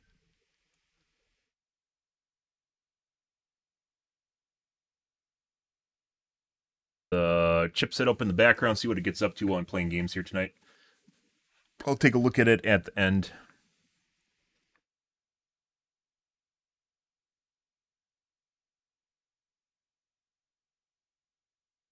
But,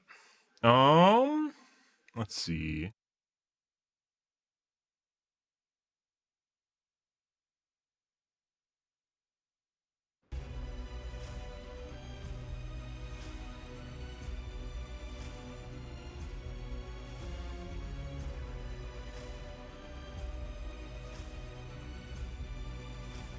Okay. Play some games. We're going to be doing some Ferret tonight here, guys, as we did last night, because it felt pretty good. And hopefully we didn't just fuck something up. Change categories.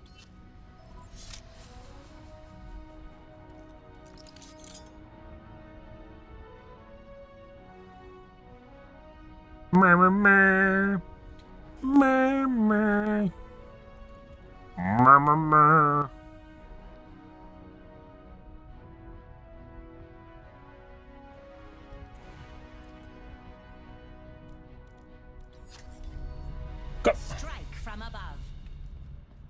Right.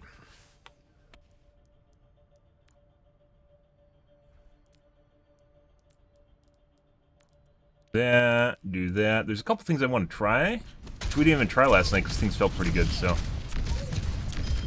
See how they go tonight.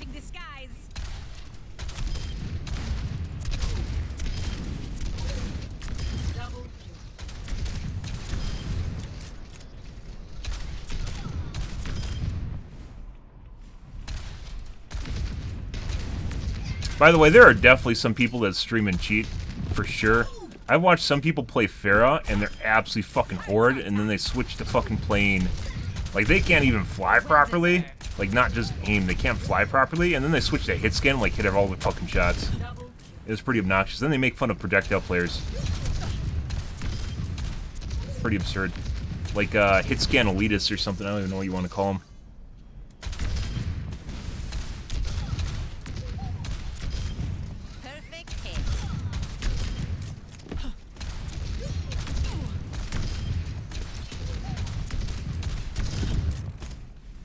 Bought a new router,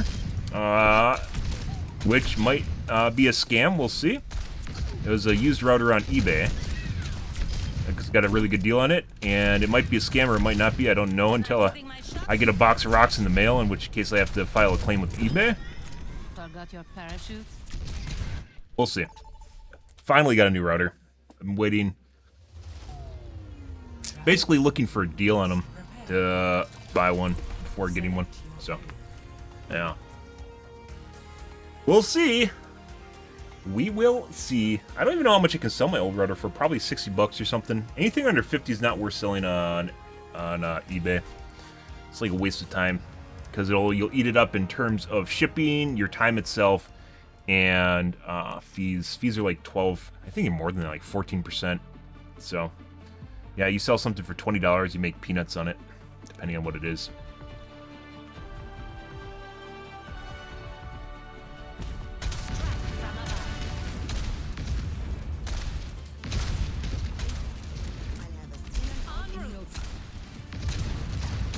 I don't think it really matters. I don't think it's going to make a difference at all, but I've had the same router for 6 years or something.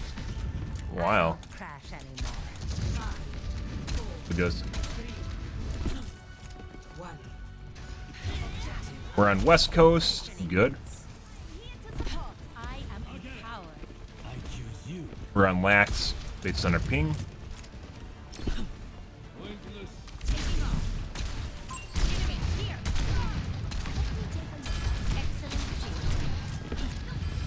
Where's our Widow at? Metro. Torbjorn turret. Missed.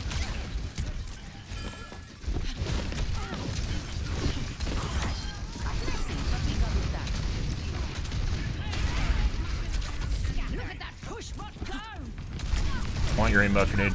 And double tapped.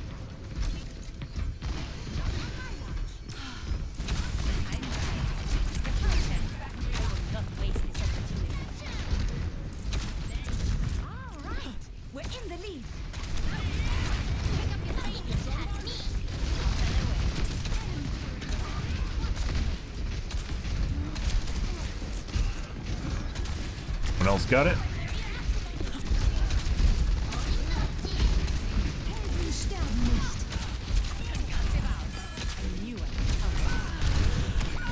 And got really accurate again, where he missed a bunch of shots, and now he hit 3 in a row again. Exact same way. Yeah? Making another approach. Positioning. Don't let them push.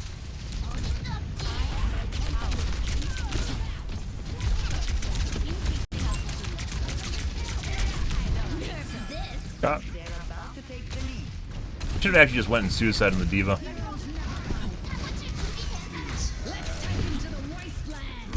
Yeah.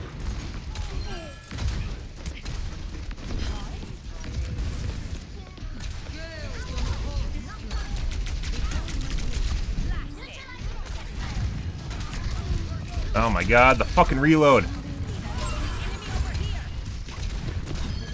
In our position.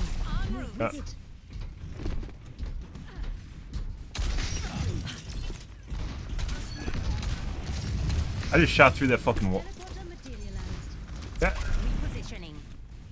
I'm here to help. I just shot through the glass and then hit the glass behind it. The fuck was that? Turret detected. Enemy turret down. It is moving. Keep its path clear. Passive out. I am power.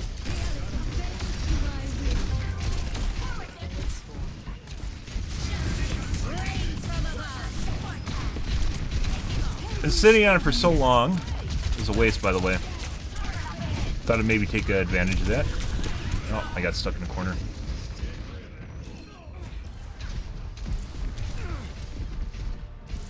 I would have been fine, guys, if I didn't get stuck. Because I would have been very easily resable. Wait.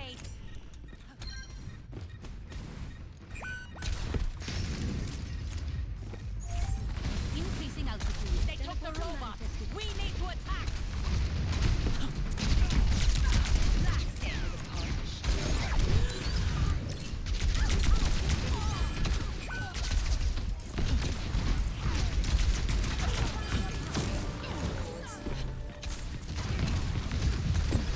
Let's take him to the wasteland.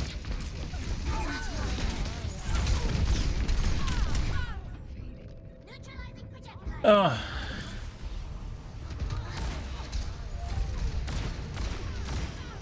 Thought we would have been fine with the JQ in there. The Returning Joker to in there? We need that robot to turn around. I'm not going to call her Queen. I know some people abbreviate her that way. I'm not going to call her Queen. There's no way.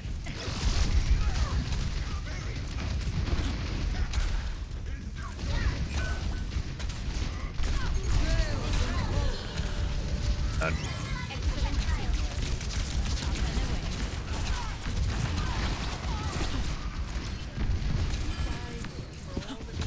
Thanks for the assist.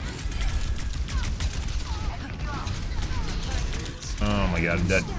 Yep.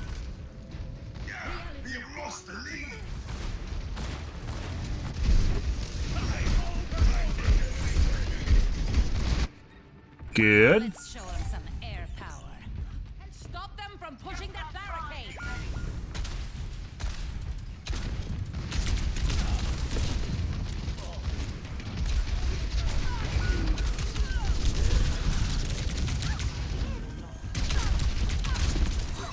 I knew it. I think we have to either get rid of the fucking McCree or the Diva. Maybe both. Like, this is the kind of shitty thing. Is one sounding me or the other one sounding to me? In the end, they killed the McCree regardless of whatever the Diva's doing. More to learn. Yeah.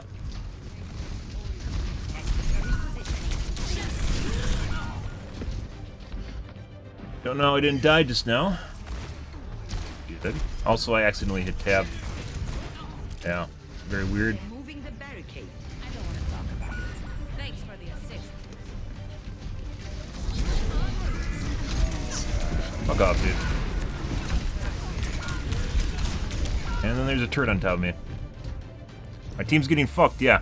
Also, might be something weird going on with the McCree. Not at the beginning, but later on. Very weird. Next game.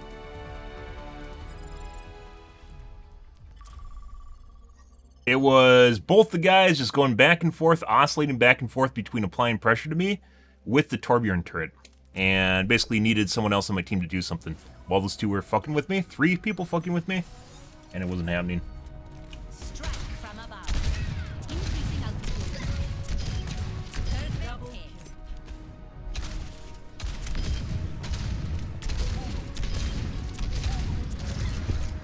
Very weird. Like, my accuracy wasn't bad at all either. Just like we had people just instantly healing whatever I was shooting at or hounding me whenever I was coming over. En route. Messy, but we got it done.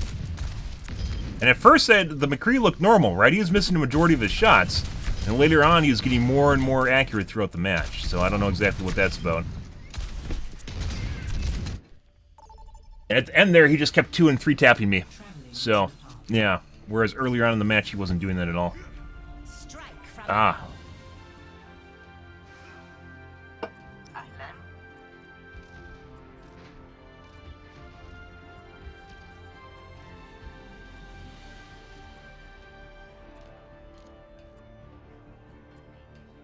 Like, I'm not fucking going out there.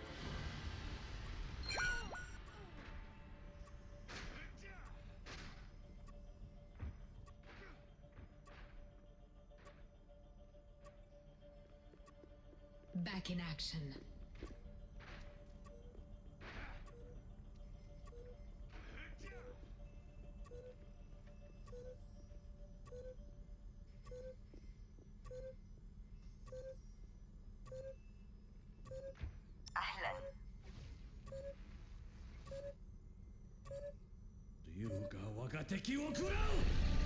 Best round lost.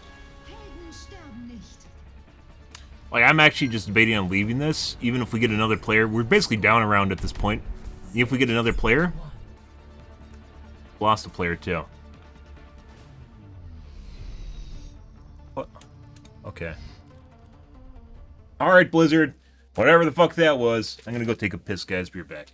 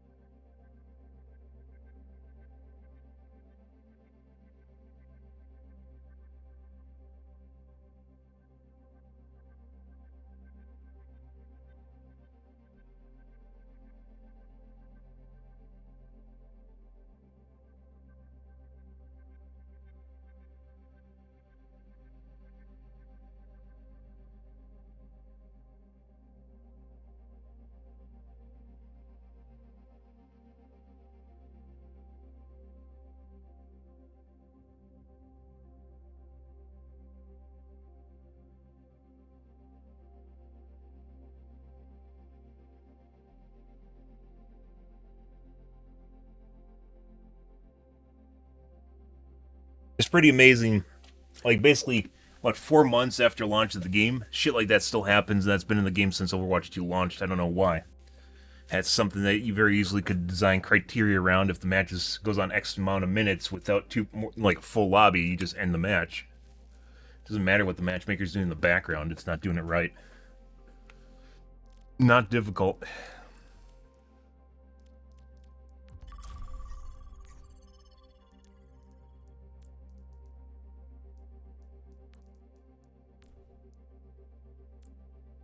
Doesn't even fucking make sense. Like, my stats look good too.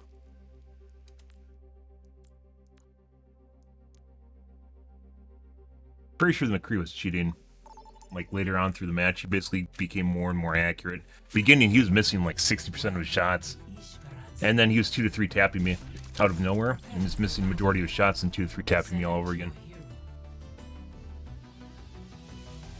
Like, just someone being more careful with their cheats.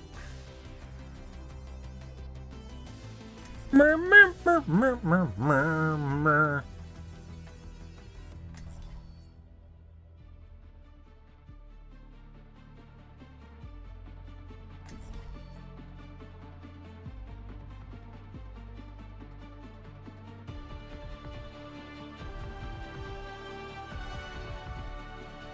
strength from above. Genial. Otro trabajo aburrido. Yeah, fuck your mom too, Sombra. Good leadership. leadership makes all the difference.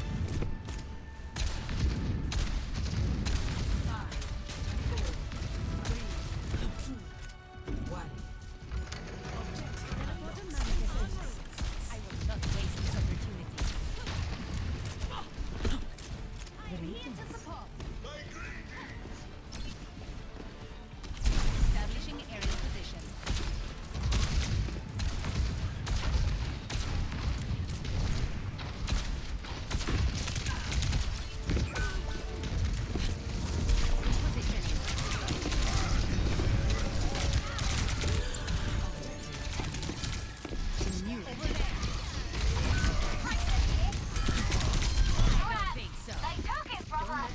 Positioning underway.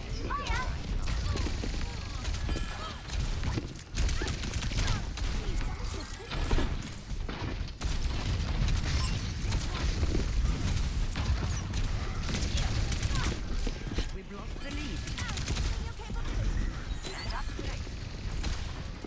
Thanks for the assist.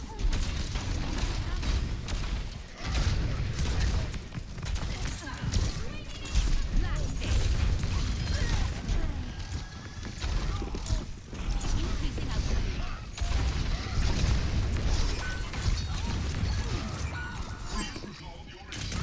On the move.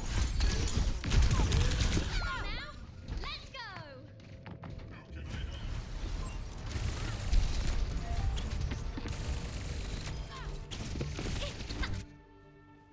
Okay, my head's in the game. Repositioning.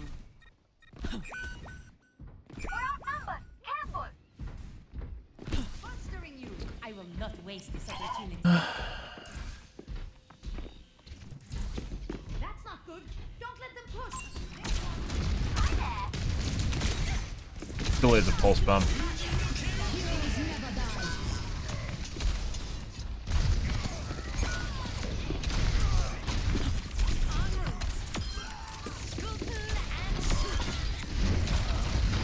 Justice reigns from above.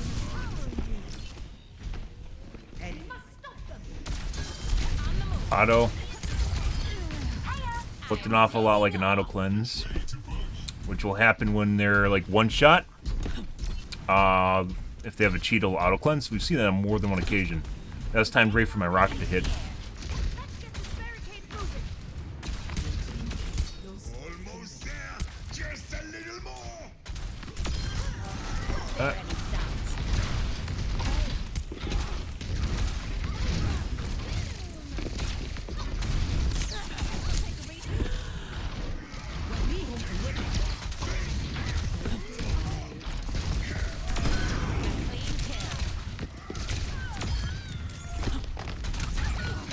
Clean kill. Taking off. Missed. That sucks.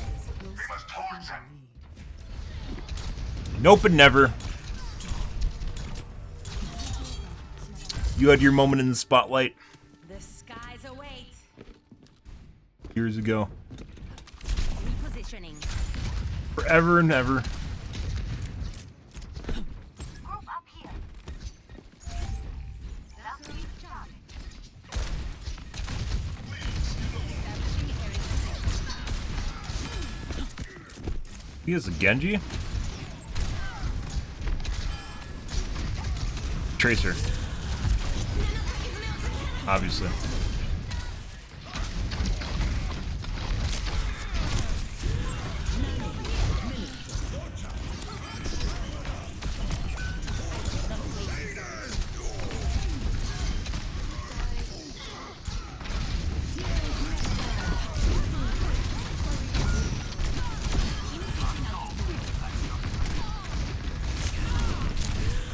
Fucking Christ, the Anna.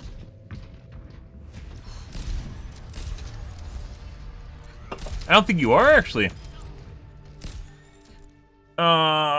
Depends on who's around, though.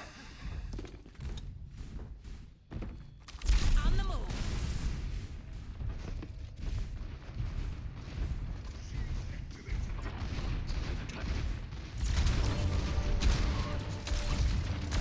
I am empowered.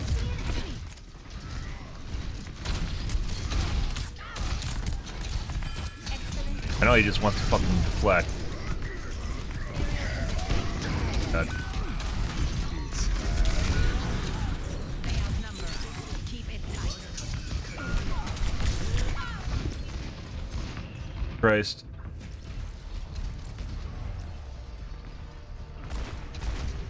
Get a toggler, guys? This guy was missing all his fucking shots earlier. Shake it off. Like, with impunity, missing all of his fucking shots.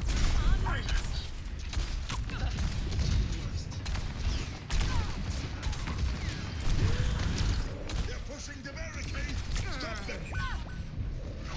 Anna doesn't miss shots. Fuck was that? Just tried to hit the dead Genji? Dead Hanzo? I don't know what the fuck that was. What we just saw.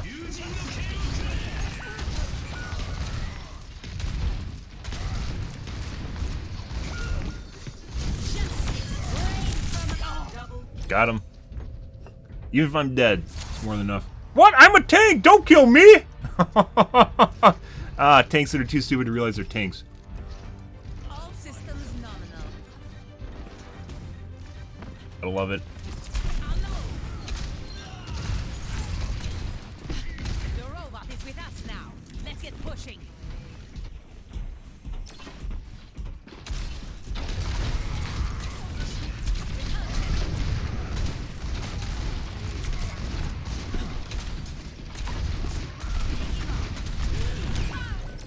Unfortunate. I have to basically boop them off. Or go over the top. Pressure went over the top edge. The skies await. We cannot allow them to take our route.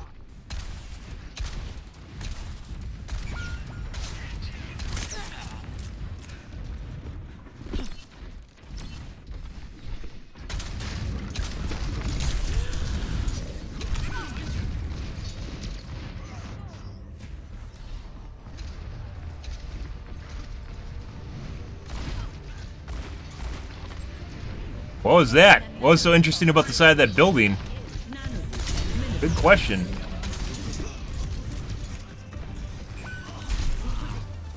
Oh.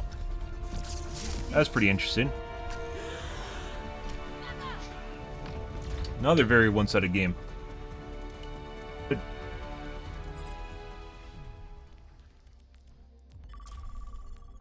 Did much better than that one.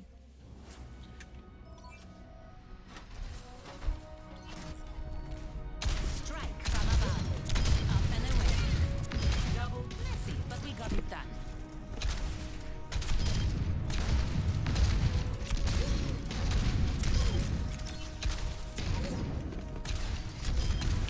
Double.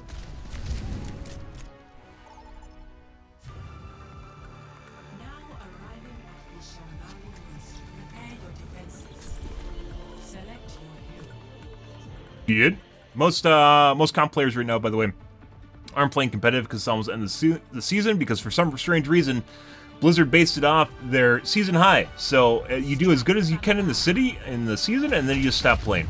Because, yeah, Blizzard in their infinite knowledge decided to make it based off your, no, not your season high, the end of the season score instead of your season high.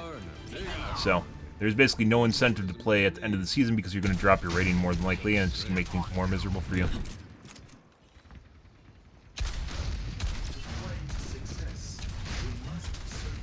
Absolutely silly.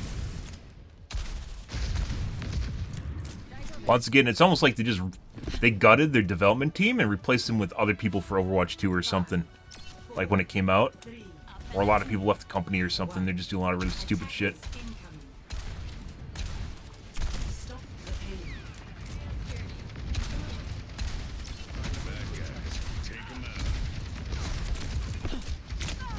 Uh, I need healing. uh.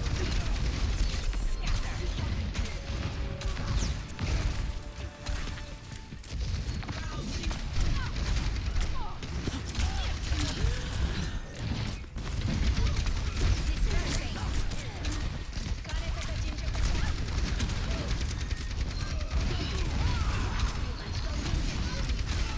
Increasing altitude.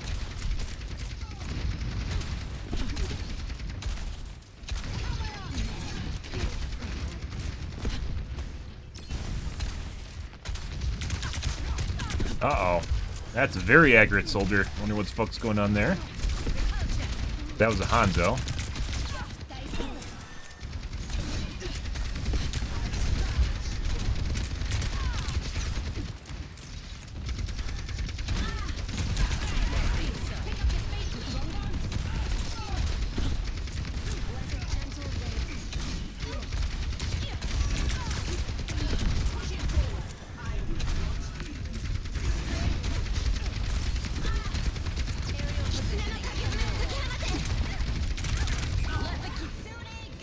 I was debating on going on for Q, and possibly should have when I got my Q up.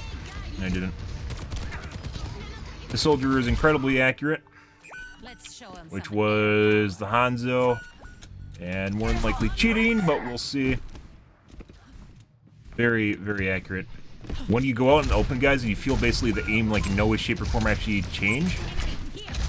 Yeah. Dispersing.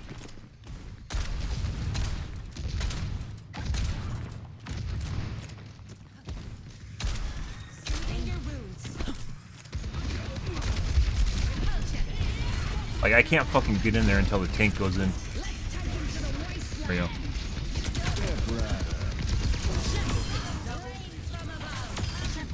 Multiple targets eliminated.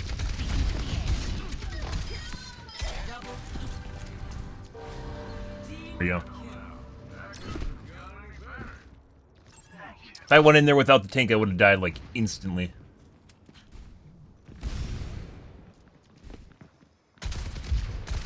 My ultimate ability is ready. Dispersing.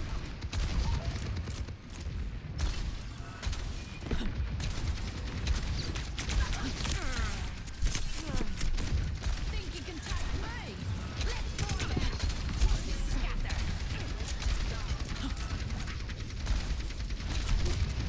Taking off.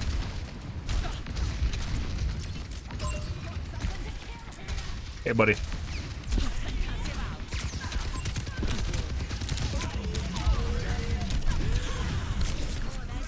Ooh. Excellent. Heat check confirmed. Repulsion.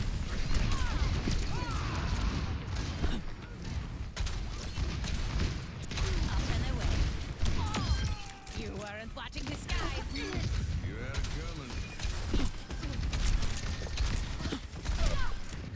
Widow, which I believe is a soldier.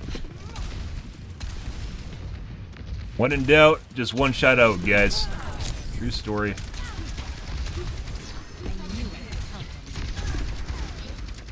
Soldier was really accurate, and he stopped being as accurate.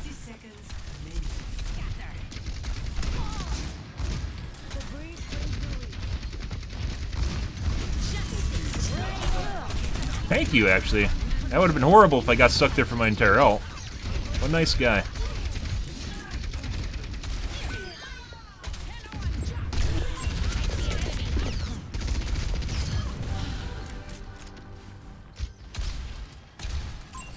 Hanzo.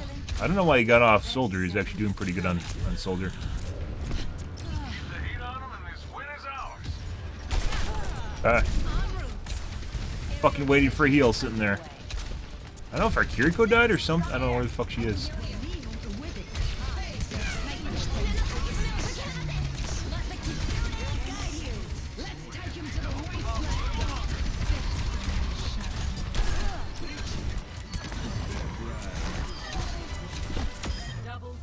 Yeah. DPS gap. I mean, they were basically fucking me, and I just kept hiding over and over and over again. Oh my god, guys, it's me! Let's reward our healers. What a nice guy. Justice reigns from above.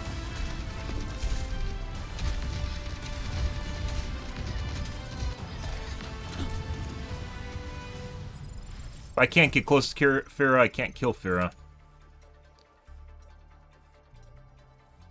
I mean, yeah, depends on how good the Pharah is. It's like majority of your skill at high MMR is literally just trying to hide from people so they can't fuck your brains with hit scan.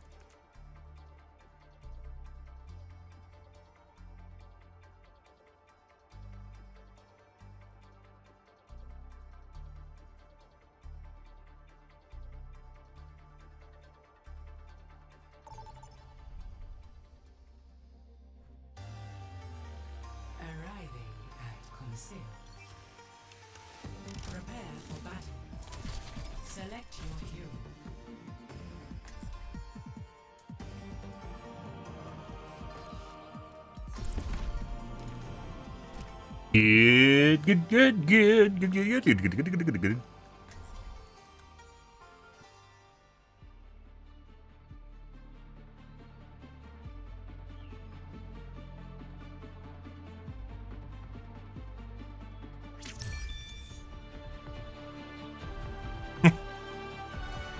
Good.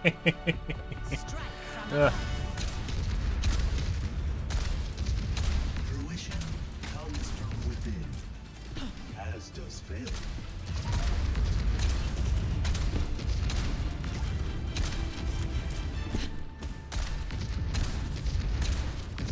Five, four, three, two, one. Objective unlocked in 30 seconds.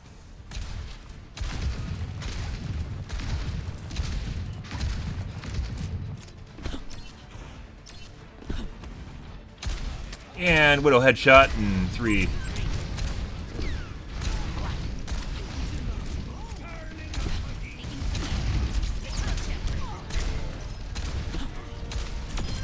Direct hits at any range.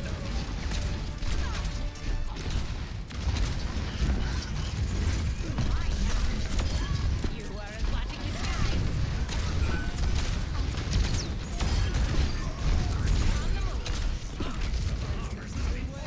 Let us push together.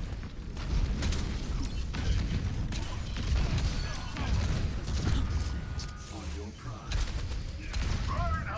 Increasing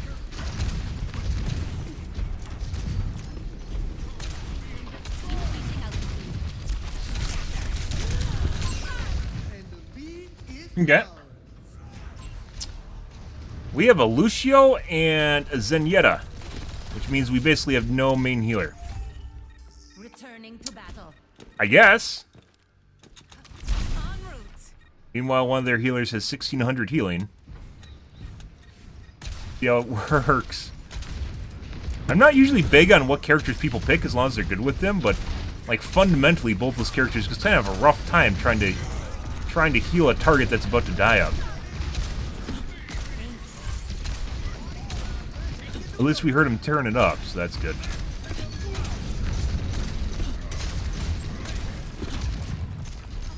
You're dead. No. Establishing aerial position.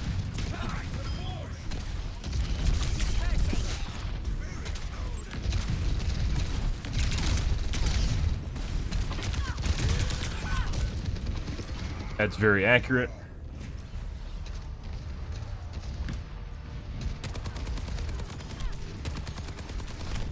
Good.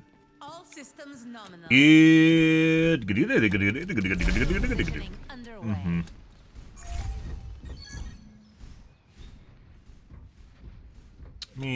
Our Zen is out healing our Lucio. I don't know how, but he is. Whatever the fuck that means.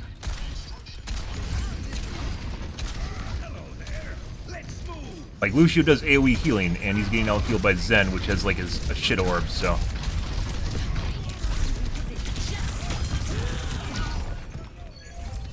Good. We're gonna win this with blood, sweat, and deaths, guys. The way this is gonna work. Shake it off. Most of my games are that way, though, so. Increasing altitude. Our Torbjorn hasn't died yet. Think Taken's a robot. Died. Repulsion. Miss.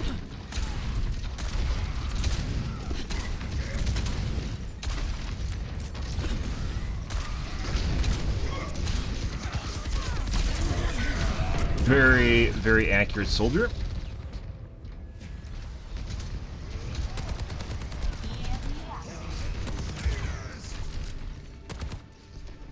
Okay, my head's in the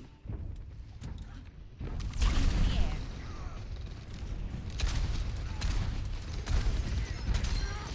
We must hold them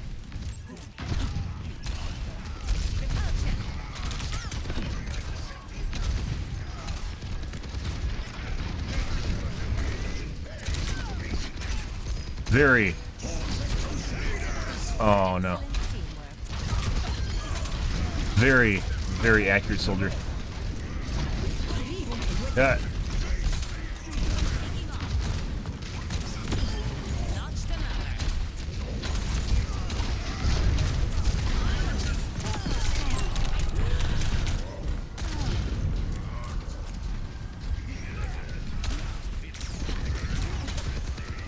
I don't know why it says you're still hacked when your abilities, you're able to use your abilities again. It's like a bug. I don't know if it's a bug or what. Bug or what? Because that's been in the game for a while, but it'll like say you're hacked well after your abilities actually work again. I don't know why. I don't know what it does. Maybe it just means I'm taking more damage? But then you're not really... Like, why would it tell you you're hacked any more than the Zen Orb? We're outnumbered. Yeah.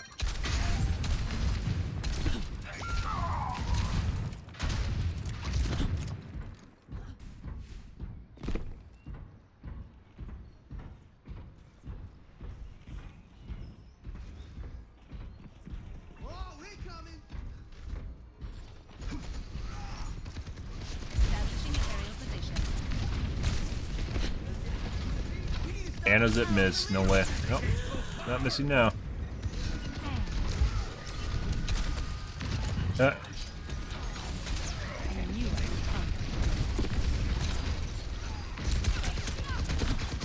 Oh, she wasn't one shot. She just moved? What the fuck is that?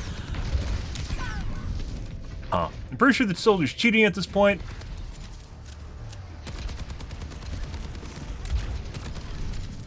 You know.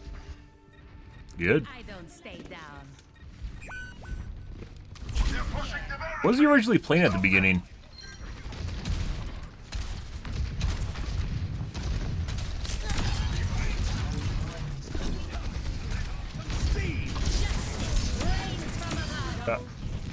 Check confirmed. We will unify our push with yours.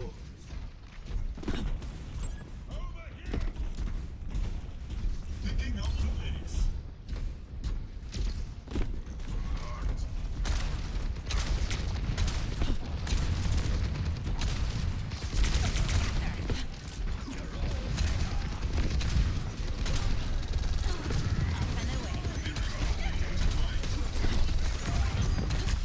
Did you get to put down her thing? No.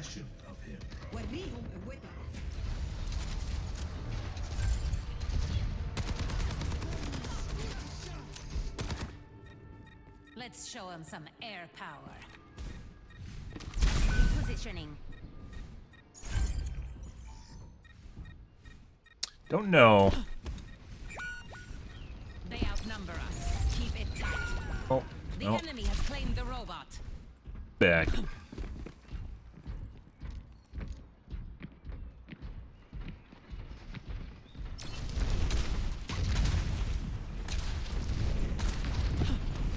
must not take the lead. Taking off. Blasted. There we go. Nice. Where's your jetpack? No.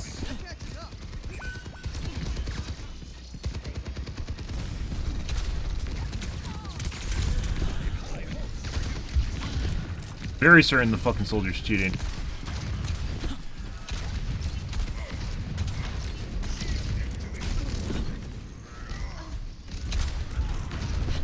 Got staggered. No, she didn't get staggered. Now she's staggered.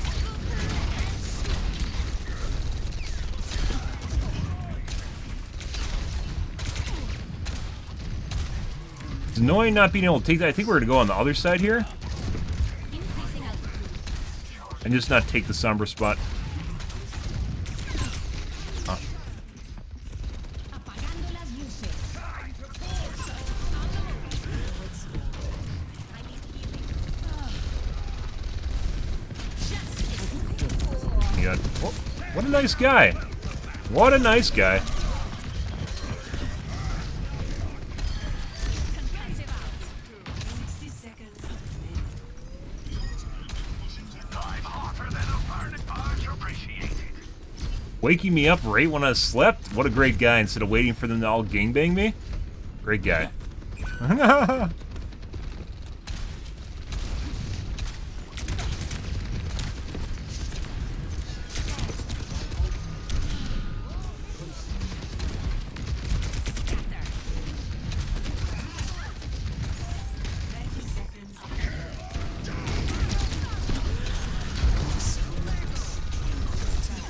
I don't know where the fuck my,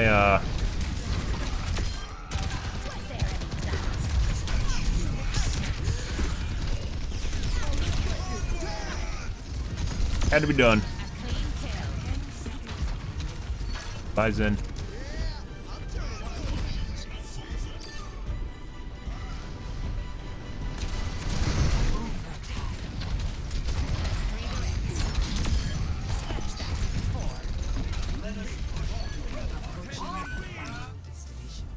Soldier retreated. Oh, he left already. Good. This character is so shit. Ryan? Yeah, kinda. I wouldn't say he's horrible, but I also would not say he's not where he used to be. Ryan needs some Viagra, I think. Occasionally you can make some good plays in there, but there's so much shit that fucks you up, including the 15-second cooldown on Kiriko, known as the Senzu Bean, that adds invulnerability and just removes the CC that you spent all your time building up. Yeah, Senzu Bean, bing! There you go, guys. Very good. Our 1% actually aren't that bad today. I don't know what's going on here. Normally my 1%'s dropped down to like 230. Why are my 1% so good now?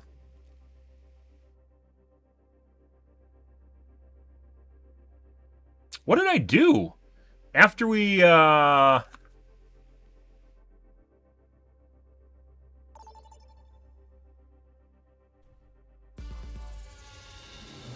to Circuit. Prepare your defenses. Select your hero. what did I do? I turned MPO off, and I turned it on, and then I turned it off again. Was it just on and I didn't notice it? No. What else did I do? I turned high performance mouse inputs off. Messed around with the overlay. Or disable full screen optimizations like the last thing I tested.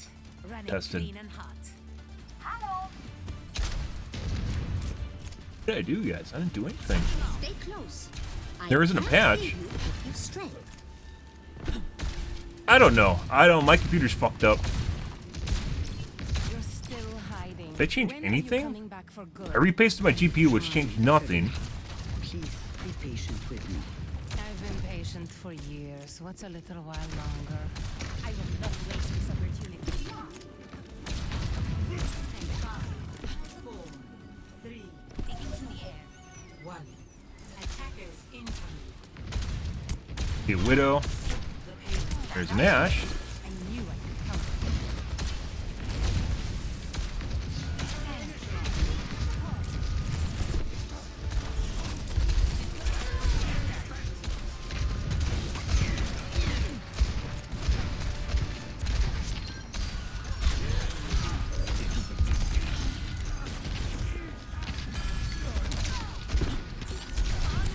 Aerial positioning underway.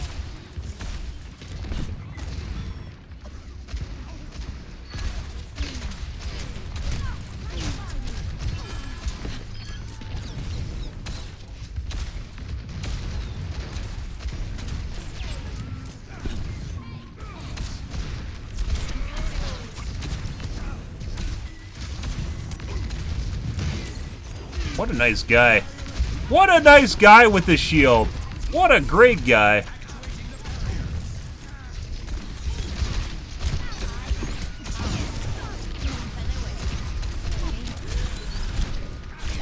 I didn't get there. I got everyone else except for her.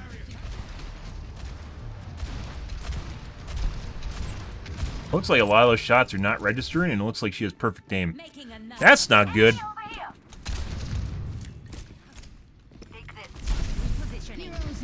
Ashe and McCree, I still don't understand why they have so many no-regs, but they have a bunch. If you look at the kill cam, you'll see shit like that all the time, and it won't make sense. Because her accuracy is much higher than what the game's giving her, because just the shots are on, they just don't register on me.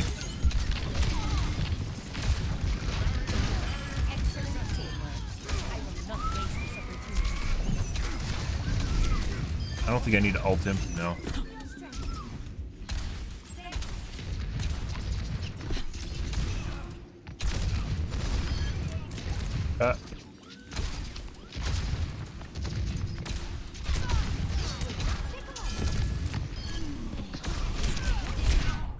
And double tap.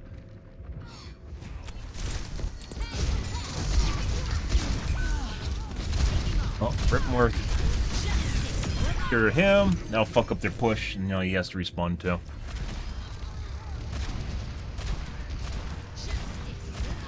We did see some overshoot, but that will also happen with the cheat. Basically perfect tracking.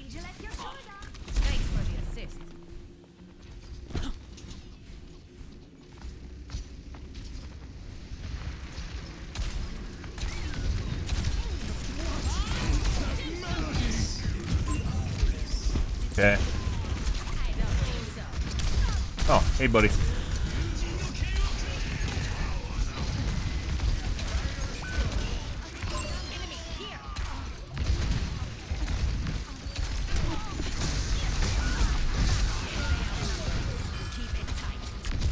Bye, Mercy.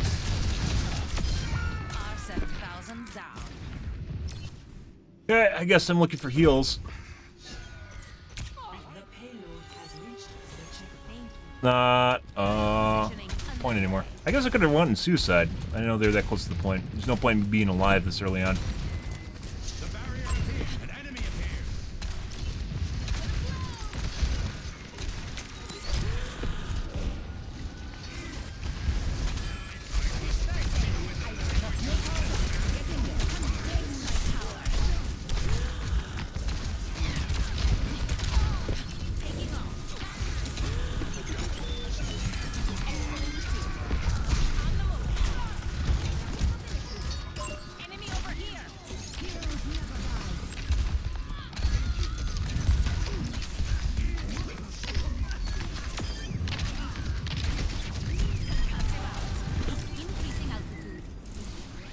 Yep. Thanks for the assist.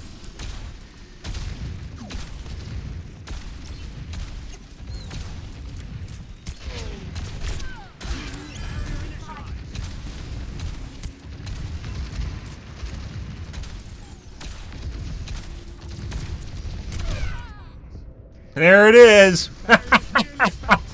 Yep, it's bound to happen. It'll eventually happen. How many times do you think we're gonna get headshot by the Widow now? Just out of magical Nowhereville. No, that wasn't a headshot this time. Fuck off.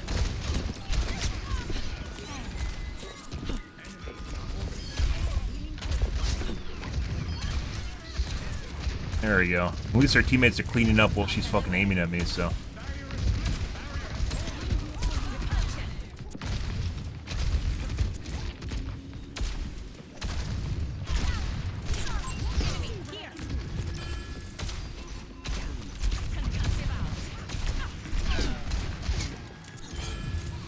Widow is now McCree.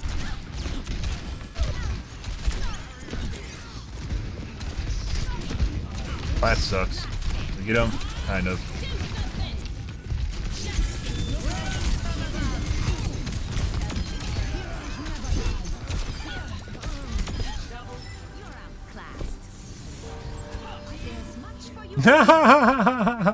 Nice.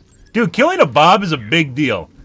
Out of all the things you can ult as a Pharah, that's a bigger deal than killing a tank, in my personal opinion. Because that would have completely messed with our defense. Like, absolutely destroyed our defensive lines.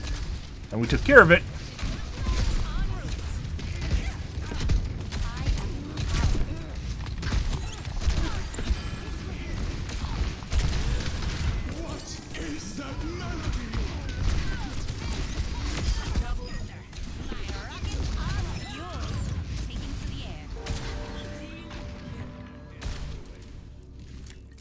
Nice. Like, I'm not even doing more damage than the Bastion either. Arguably, I'd say I'm doing more than the Bastion. Mercy's just being taunting.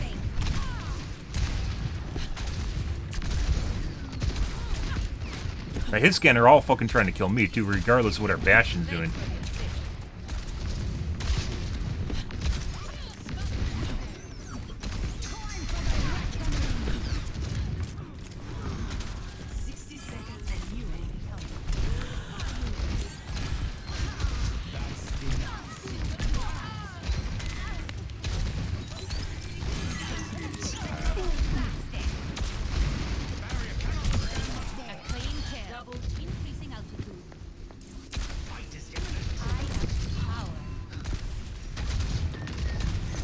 Mercy left you to die. Oh.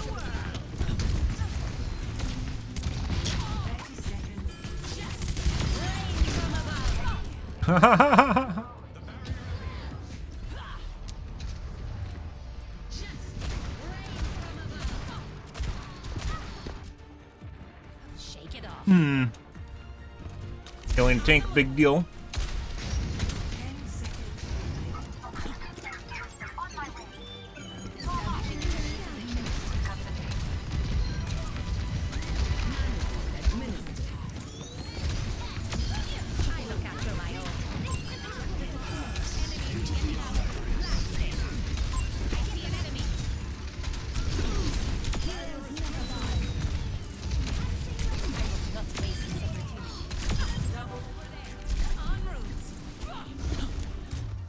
Good. That's lovely. And Bastion's the one that did work there, guys.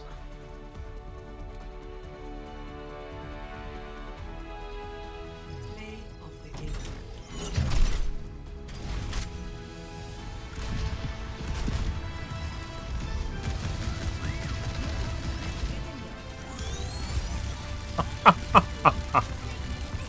I just witnessed war crimes. Yeah, like both those hit scan were trying to kill me, guys, and occasionally the Ana was trying to kill me, and weren't succeeding in doing so because I was getting healed and I was playing safe.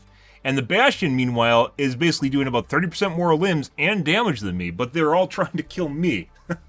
Like, holy shit. Yeah, and I just kept playing around that with the wall. That's some good shit, guys. Good, good, good. Lovely. 287. That's still pretty good. What the fuck's going on here, guys? Why is my 1% so good now? What the fuck happened where my 1% got better? I didn't change anything. Did I? I didn't change anything at all. Like, the last couple days we played, it felt pretty good. And I haven't changed anything. It's like since I tried playing Torbjorn and Symmetra, right after I stopped playing them.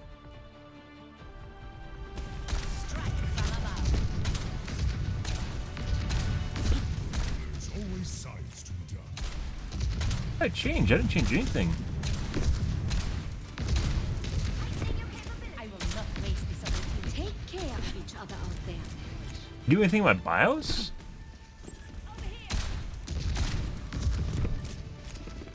Sustaining 5, 4, 3, 2, 1. Round 1. Capture the objective. establishing aerial position.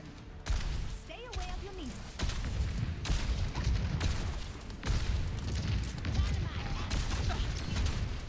Let's get them ready to step.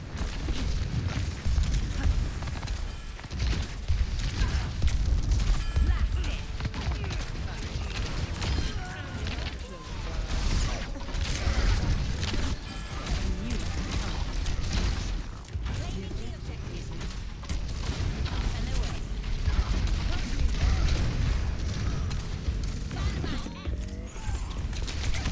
Enemy over here.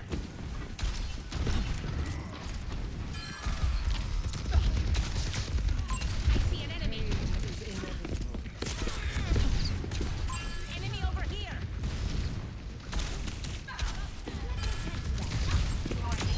You are a Lovely. disguise.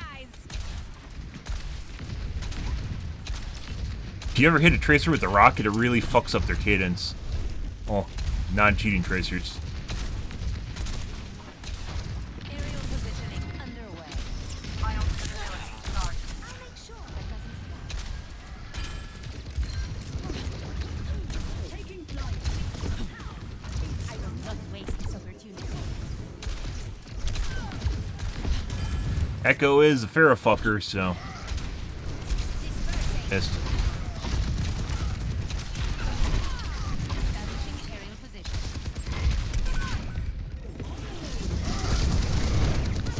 And they just made sure Mercy couldn't res me. Yeah. All systems nominal. En route. I don't know why the Echo just left. Taking hold of the objective. We see an enemy. Over there. I don't think so. Enemy here. Fuck. Thanks.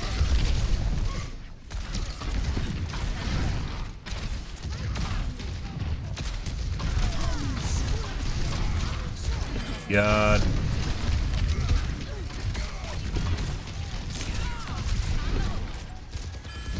Like, I'm looking for a place to ult, and I don't really fucking need to ult.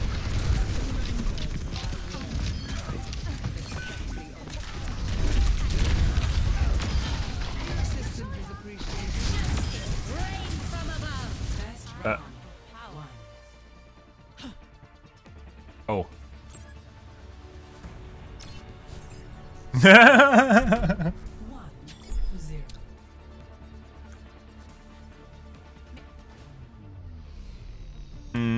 Good. I mean, we aren't dying as much. That definitely affects my 1%, but it's not even close tonight. Wish there was a visual for the death barrier. The fuck's the death barrier? Saddle up. We got work to do.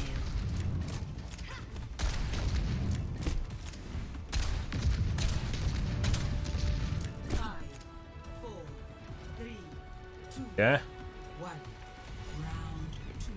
Capture the objectives. This spectator was in our last round, guys. Who the fuck is he paired with? I don't know.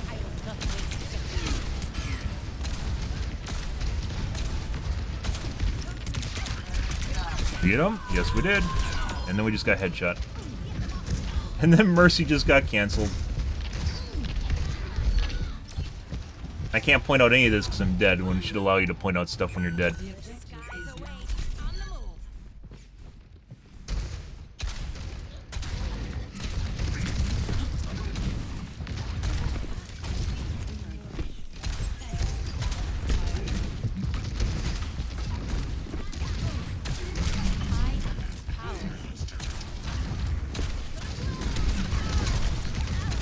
Very accurate, Ash.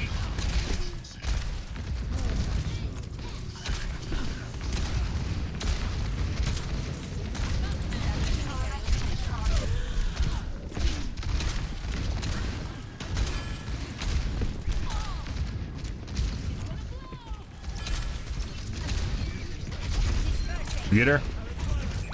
Nope.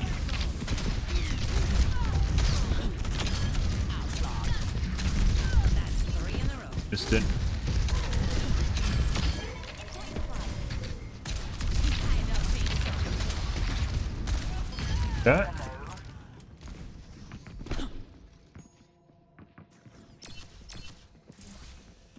I will not waste this opportunity.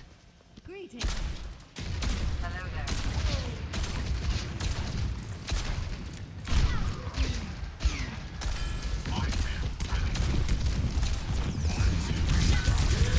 Oh! No. Was it the McCree that killed me? I think it was, actually. It was both. I don't want to talk about it. En route. Good.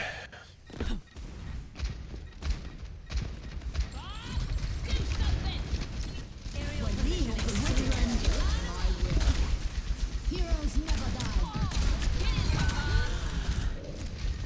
Get, Health kit. Much better.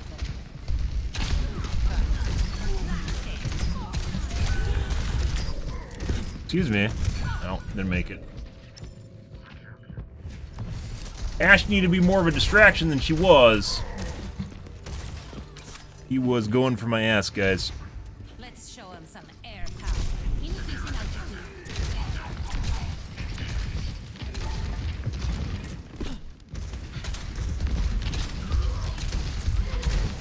They could exist. Your end is within.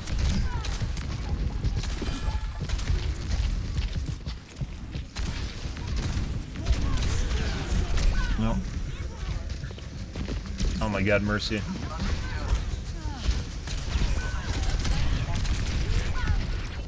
There's literally like 5 people trying to kill me all at the same time. I tried to get in there, maybe make an opportunity, and it didn't happen. Ah, aimbot grenade. I love aimbot grenade / aerial explosive device. Stay down. Wow. So much better than flashbang.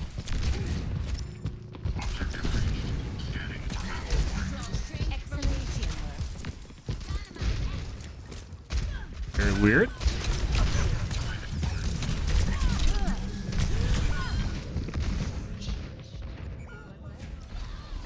Want to see this one. That was after I was up in the air for my shift already. The fuck was that? He just shot me while I was in the corner. When I wasn't on his screen anymore. 300 MS calling in. 300 MS reporting in, guys. But you can't see their ping, so you can't get angry at them, right? Yeah. Because Blizzard wouldn't want you to make correlations and see other people's latency. Just like whether or not they're in pre-mades. Wouldn't want that, guys.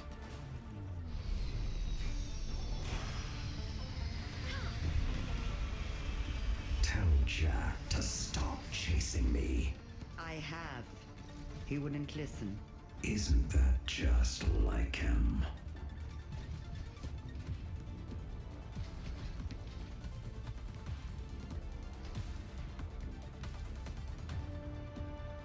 Five, 3, 2, 1. Round 3. Capture the objective. That round looked more normal for my FPS, by the way. Copy that.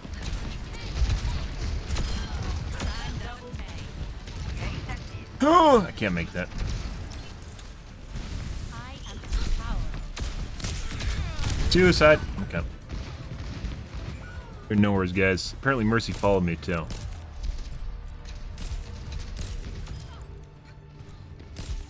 Skies await. Aerial positioning underway.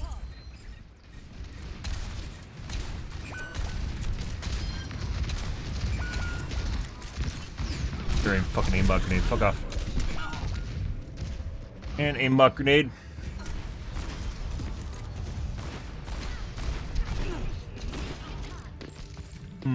Our friends have gotten very accurate, guys. Some part into round 2. Establishing aerial position.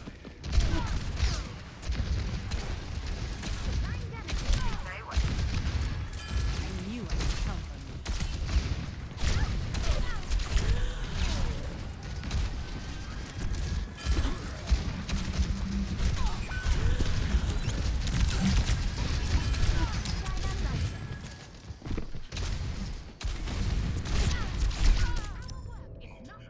Yep.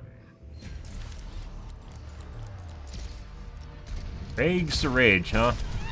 Like your name implies, you start out horrible and all of a sudden you get really good? Thematic cheating? No way. They outnumber. That's when you're bored at the game. God. This guy is incredibly accurate. I'm pretty sure the McCree is cheating at this point. Like, it looks like we got like misses in there, but I'm pretty sure once again hit reg. We've talked about it before with McCree's. Approach. Up and away.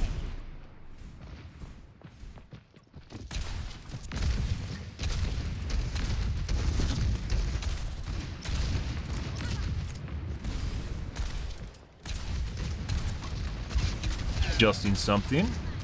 Dispersing. Ash is missing.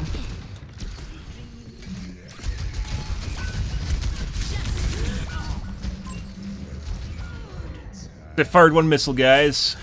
My wallpaper just changed.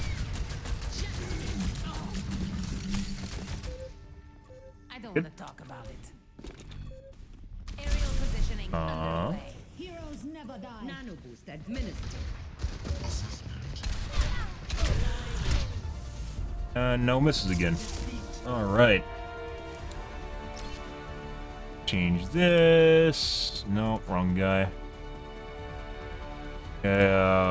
McCree.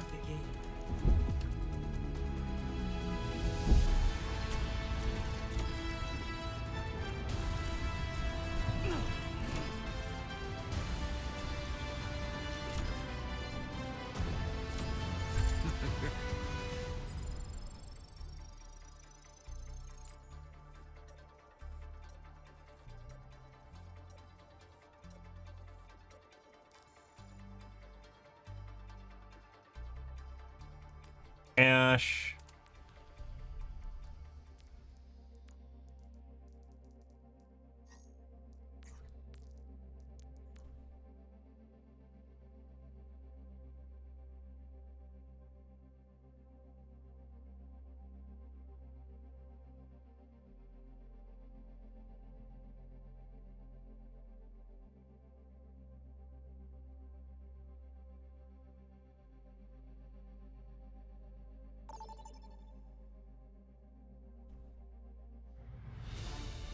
Traveling to icon mode.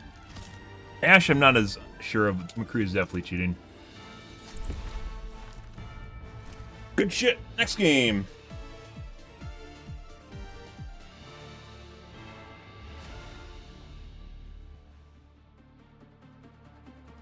Round one, we have like no problems, even when they're swapping through characters.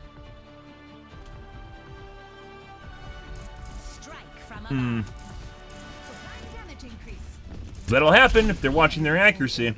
We don't want to get stat banned. You know. Complaining already? This is what you're paid for. I'm getting paid.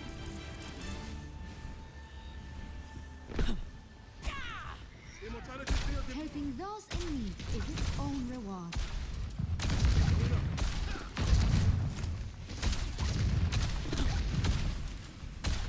This looks like a team that gets into trouble. Good thing I came along. Establishing aerial position. I am power. 4, 3, 2, 1. Attackers incoming. Defend objective A. Together we will not fail. I knew I could count on you. He's trying to bulldog me down. It's like whenever you see like people that have like weird accuracy, like start running, like walking directly towards you, like try and hide. So it usually means they're up to something. If you had a way of making your accuracy just like super accurate out of nowhere, that would be it. I don't stay down. I don't care about your crippling anxiety, Mercy. Objective lost. Stop the payload. Aerial positioning underway.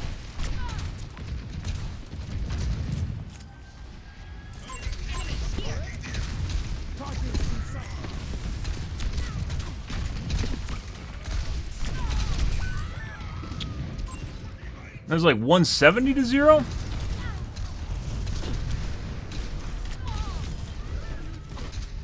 She didn't even have damage boost, I think it's McCree. Helden sterben nicht.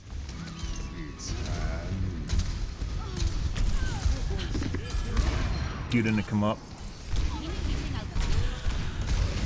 McCree is very accurate now. We get him? Yep, there he goes. Mind the gap.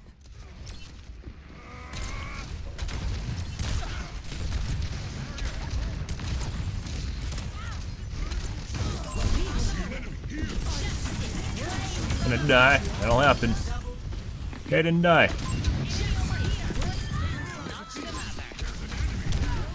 And then McCree just comes in and 2-taps me. Very angry revenge kill. Pretty sure McCree's cheating. No. Once again, earlier in the game, where we just bullied him at the front corner, and then he just started goose stepping into the open, just like try and walk on my dick. Like I said, when people start doing shit like that because they're completely out of position, it usually means they're up to something. Like, they know something you don't, and they're actually going out of their way to be, like, overly aggressive for some reason.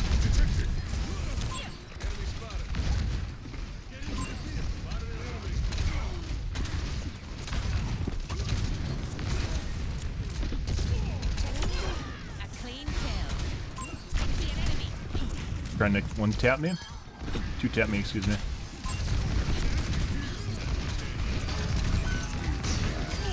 I don't know why you do that.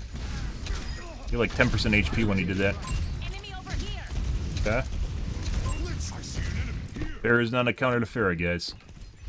It is when you're like right on top of each other's dick, and at that point, basically, it's like mutual suicide. I don't know why you do it. Besides EPing dick... pissing contest. McCree, on the other hand, is a counter to Farah. Jesus fucking Christ. Especially when he hits all of his shots constantly.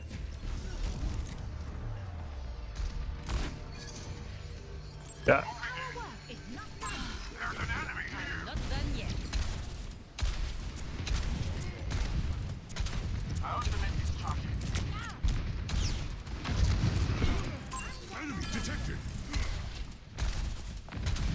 And...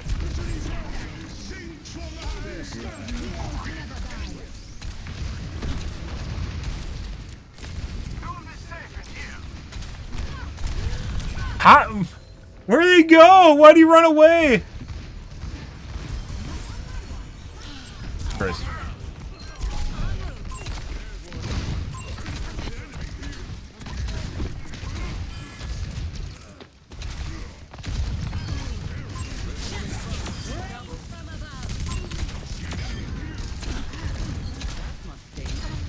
Yeah. Good. Thank you.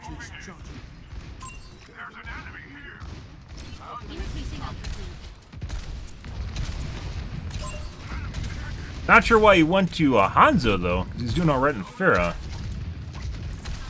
There's a very strong... You know on like Dead by Daylight they try to keep killers from doing certain things? Whoop.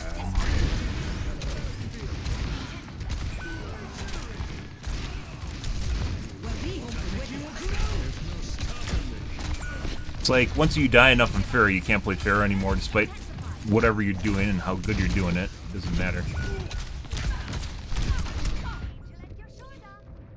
Then we just got 2-tapped.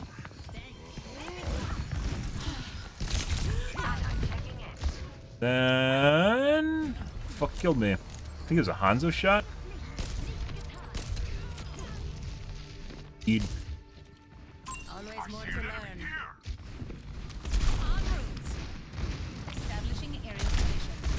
Everyone went to the right for some reason. Good.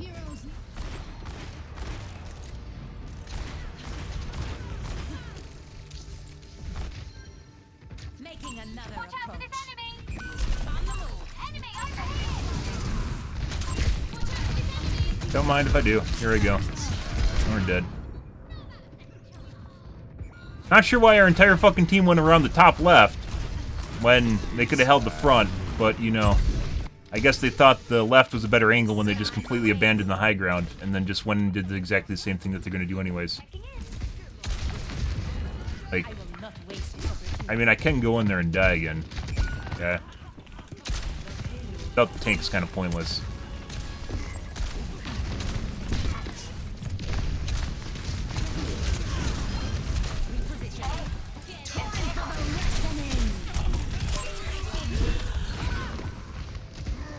Aww. That was an interesting kill cam.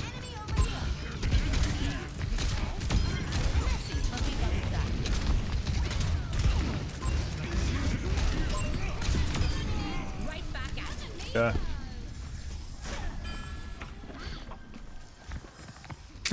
Alright. Good old Hanzo.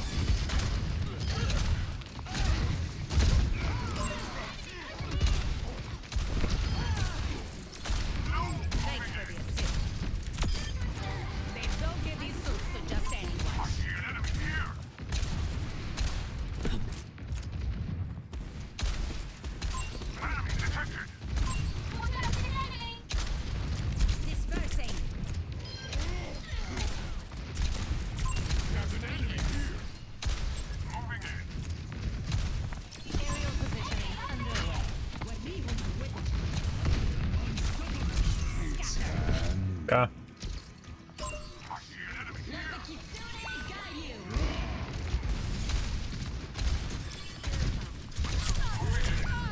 Huh. Okay. The fuck is that? They call him like an Alpha Strike or something? Okay, my head's in the game.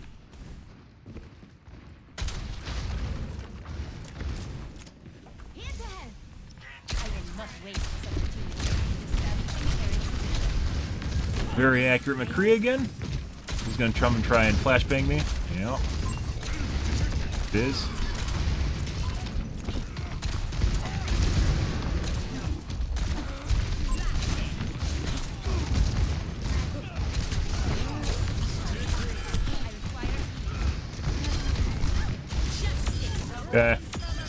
I wanted to get the fucking tank, but I guess it just worked out.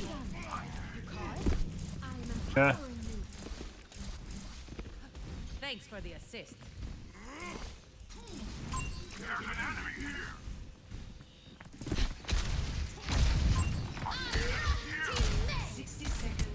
Go to the side. Go to the side. Okay. I guess,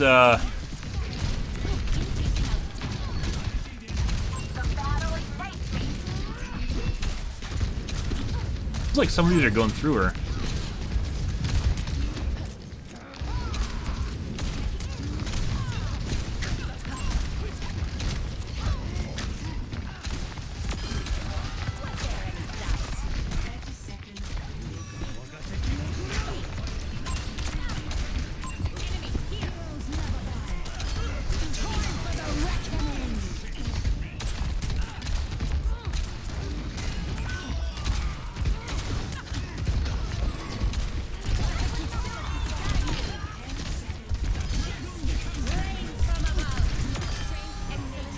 Buddy.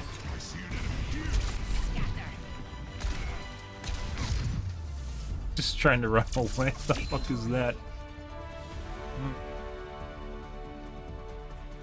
I don't know.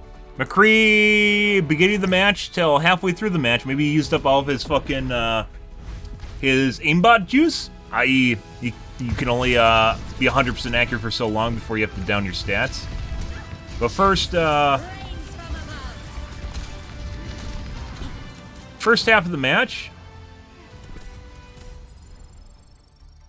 first minute or so till halfway through the match, extremely accurate, and then he missed a shitload of shots. So that strikes me an awful lot as someone that toggled on and then toggled off because they don't want to get stat banned, which isn't super uncommon. Sometimes they'll just do it to try and get you to switch characters, and then they'll toggle off because they don't want to get stat banned. Yeah. But, like, up until, like, even after Farah switched to Hanzo, he was still incredibly accurate, as until, like, halfway through. Maybe even up until the second point capture. He was incredibly accurate, and then just turned back into a pumpkin. And became very inaccurate. It's kind of weird how some people just get really good and just get really bad all at the same time. It's very weird, just out of nowhere. Weird shit, guys. Very weird shit. Also, let's take a look at my match here. This is a long match. How many times did I die? I died 11 times. Got 299 for 1%, which is pretty high once again. I don't understand this. Yeah, that strikes me as someone that toggled on and then toggled off after they sufficiently boosted their accuracy to the point at which they're scared of getting stat banned. Very weird shit. Normal players are not as inconsistent as that. It's very weird. You're like, what? Huh? What?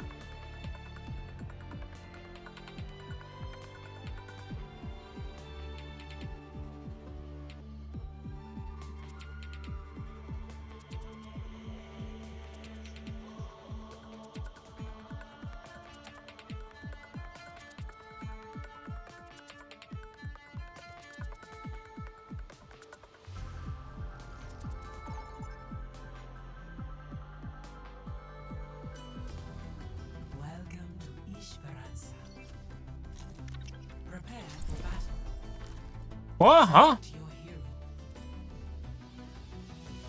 And that's the same guy I said I thought was cheating, which is now on the other side, or still on the other side. Huh? What? What? Huh?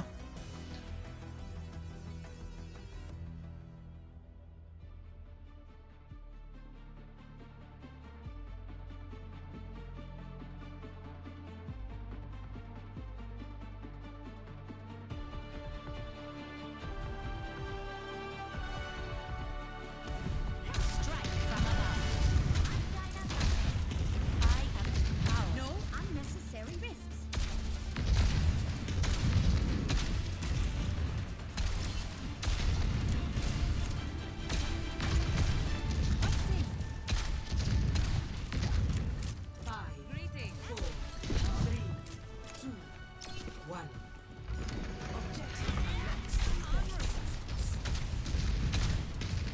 What did I change? Something has to have changed. Even when my 1% slow, it's not as bad as it used to be. Something happened. I didn't change my hardware at all.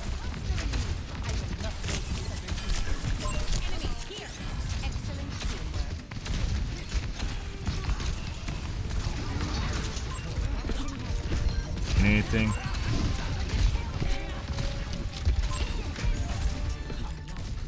Enemy has the robot. Initiate search and rescue.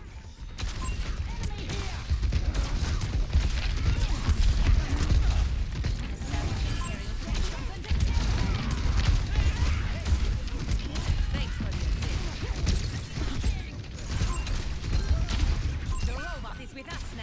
Let's get pushing.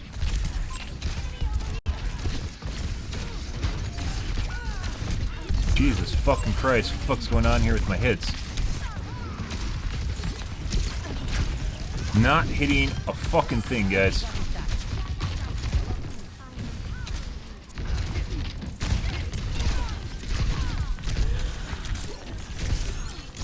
don't think so.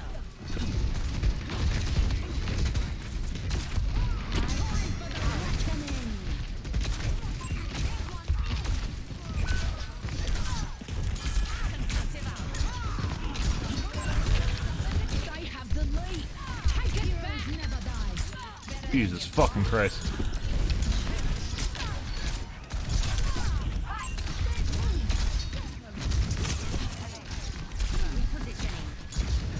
Holy fucking shit.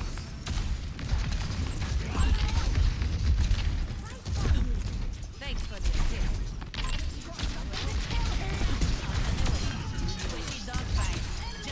Cage moving out. Holy fuck. Jesus fucking Christ.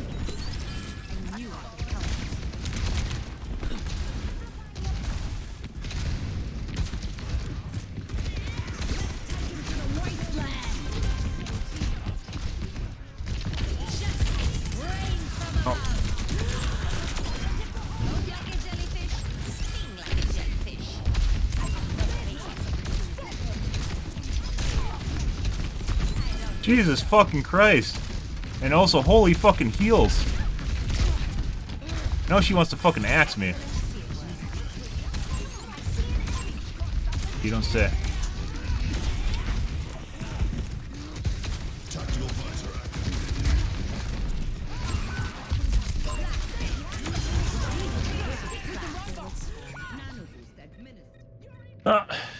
That'll happen.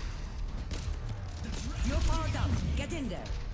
This has to be a pre-made. These guys are very, very coordinated with each other. I don't stay. I'm just getting a shitload of heals right now. It does not feel like I'm remotely fucking accurate.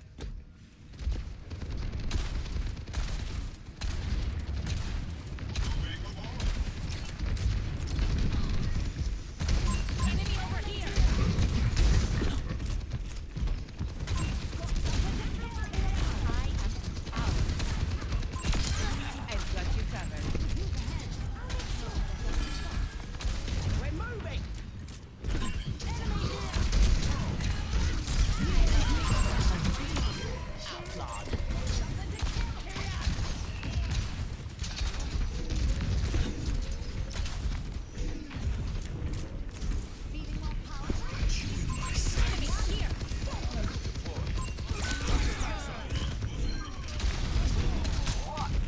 Nowhere. Enemy over here.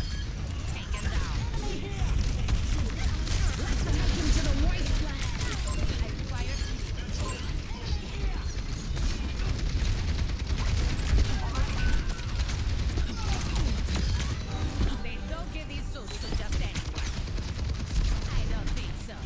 Everyone run away? Okay. You can still run away. Despite their tank being dead and most of their team being dead, everyone just backed up for some reason. Which also could be that we have a pre-made on our team too.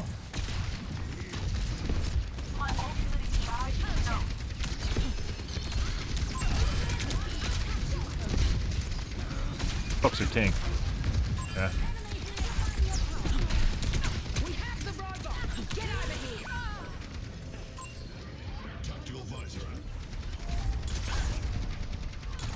Yikers! Lots of heals, guys. Heals are pretty good. Okay, my head's in the game. You're eating a shitload of damage. Establishing aerial position.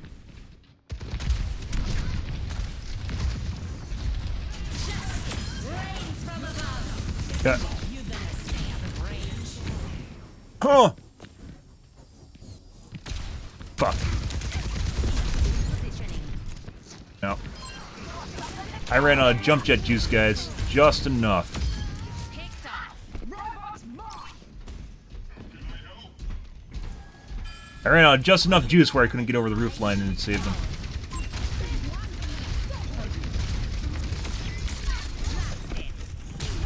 Eyes here.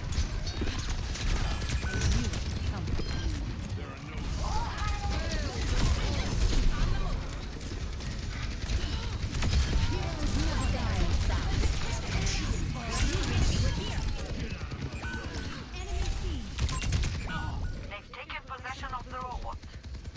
There's much for you to do. I'm back.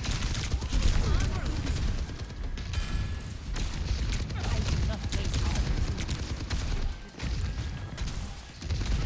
Excellent teamwork.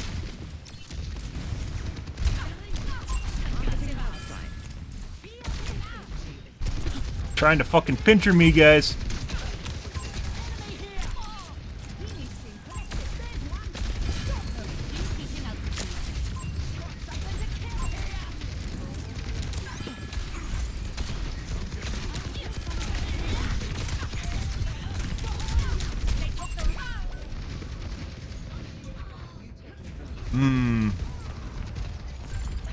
Some of these guys are incredibly fucking accurate, too. The only thing keeping us alive are the fucking healers. Always more to learn.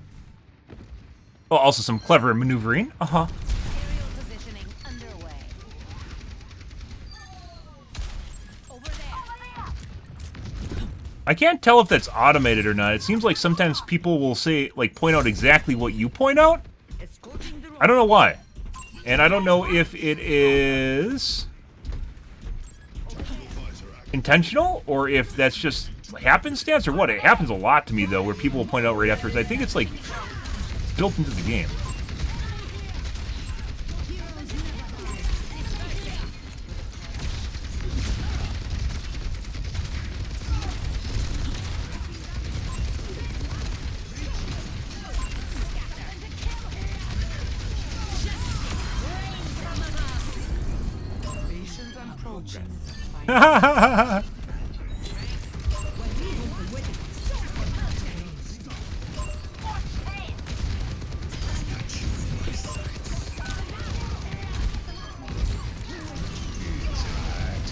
Cut.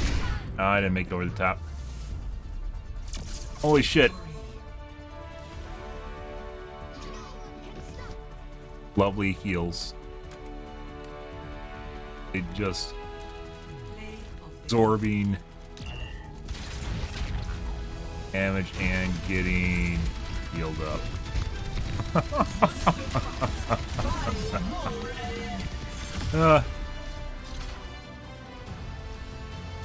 And a left. There you go. Okay. That's pretty good. That, like, I was just a fucking bullet sponge that entire match, guys, and the healers noticed, and they just kept healing me. Although I was also keeping myself from dying. I was just sucking up heals that entire match, and it allowed basically the rest of our team just to walk over their team, too, because they're trying to kill me. Once again, Farrah the Hate Magnet, pretty big deal. Pretty big fucking deal. But, yeah, like, you can't even quantify that. Like, they would have to put a metric into the game for damage absorbed, and there isn't one, by the way. There is nothing which you could also include. Like, mitigation isn't the same thing. Mitigation is like damage absorbed by a shield or something. it would have to be your entire health pool, or just the amount of damage that you took, and obviously multiplied by your reduction effects. So if you take reduced damage, you can multiply it by basically the amount of damage that you actually took, because you're eating more damage. Like there used to be a stat in Heroes of the Storm for it. It's like overall total damage that you eat, included mitigated damage, and for tanks, which is very, very useful. It's a very useful stat in general, where you can see who's getting focused the most, which would be useful to healers, and it'd also be useful to people that are noticing, like noticing that you're getting focused, and then go, hey, look, this guy's getting focused a lot, right? And that allows you to do more. If you aren't eating damage a lot, then the healers don't need to heal you as much, and then it allows you to do more, too. Like, it would actually be a very meaningful stat. In addition to damage done, mitigation is not the same thing, though. Mitigation is like shielded damage and, like, absorbed damage. It's not the same thing as, like, total damage absorbed by your character. And it would obviously include things like Reinhardt's shield, because when people are shooting it, they aren't shooting other people, right? But there's no stat like this. There's only mitigated damage, and mitigated damage is definitely not the same thing. Very useful stat in MMOs, or excuse me, in MOBAs, MMOs too. In MOBAs, MMOs, and also even in first-person shooters like this. My mitigated damage, or my total damage taken in that match had to be obscene. It had to be a lot higher than the tank, because we were getting like shot constantly and just sucking up heals from. Yeah, this isn't the same thing. Sucking up heals from the healers too. And assists, I don't even understand how assists work. Assists are so fucking weird, because it's not. Limbs are basically like assists. Because they aren't killing blows. The limbs are like assists. And assists I don't really understand, because they don't really explain it well to you, and it seems to be a relatively random number. I don't fucking understand it. It's like people maybe from secondary effects, like if you heal someone. Some of the stats in this game, guys, don't fucking make sense.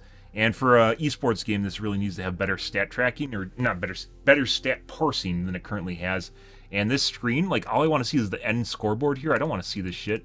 Like a shitty UE of the end game screen. Like, all I want to see is the scoreboard at the end of the match. And you can't even see the scoreboard at the end, so I don't know. Yeah, at the beginning of that match, we were missing a lot of shots too. Eventually, we cleaned that up, but it was pretty bad at the beginning of the match. But yeah, tonight, guys, are once again, feels like my accuracy is pretty good, and once again, my 1% is pretty good as well, and also my 0.1% is pretty good. We got rezzed a lot, but we still end up in spawn. Spawning is what really messes up your 0.1%. Which is why I don't even talk about it, because it doesn't matter. 9. Is my airtime percent higher too? Normally it's like 70. 70. Almost consistently 70. Really makes me wonder what happens when I get over 70%. How that even happens. I have to play closer to the ground, it goes down too, so obviously.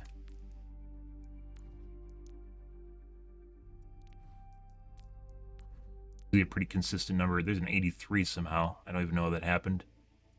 4210. Maybe if you're sliding off roofs, but I think roofs counts as the ground touch.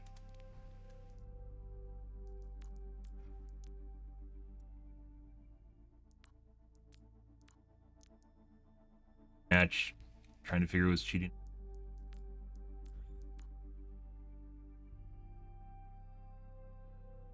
Okay. Alright, guys, as I mentioned, tonight would be a shorter stream anyways, and that's mainly because I got on late here. I just had stuff going on in life, but that's the way it goes. But still had a good 3-hour stream in here, and that's the way things happen. But I am out here for this evening, guys. If you're new to the stream, you enjoyed the bullshit, you enjoyed the fun, you enjoyed the cheaters tonight, make sure the follow button. We had some pretty good games tonight. The follow button in the top right-hand corner. You stream every night from evening to late night, in GMT-6, 8 to 9 p.m. Central Standard Time to 1 to 2 a.m. Give or take, it depends what's going on in my life, what's happening, etc., guys. I'm out here for this evening, guys. I still have some tweaks on my sleeve on my stream. I still have tweaks up my stream. We haven't had to do anything. It's really weird. It's actually performing relatively well. I don't know why, but that's the way she goes. So, but I'm out here for this evening, guys. Thanks for watching my stream as always, and I hope you guys have a wonderfully fantastic Sunday night and Monday morning. Have a good day, guys.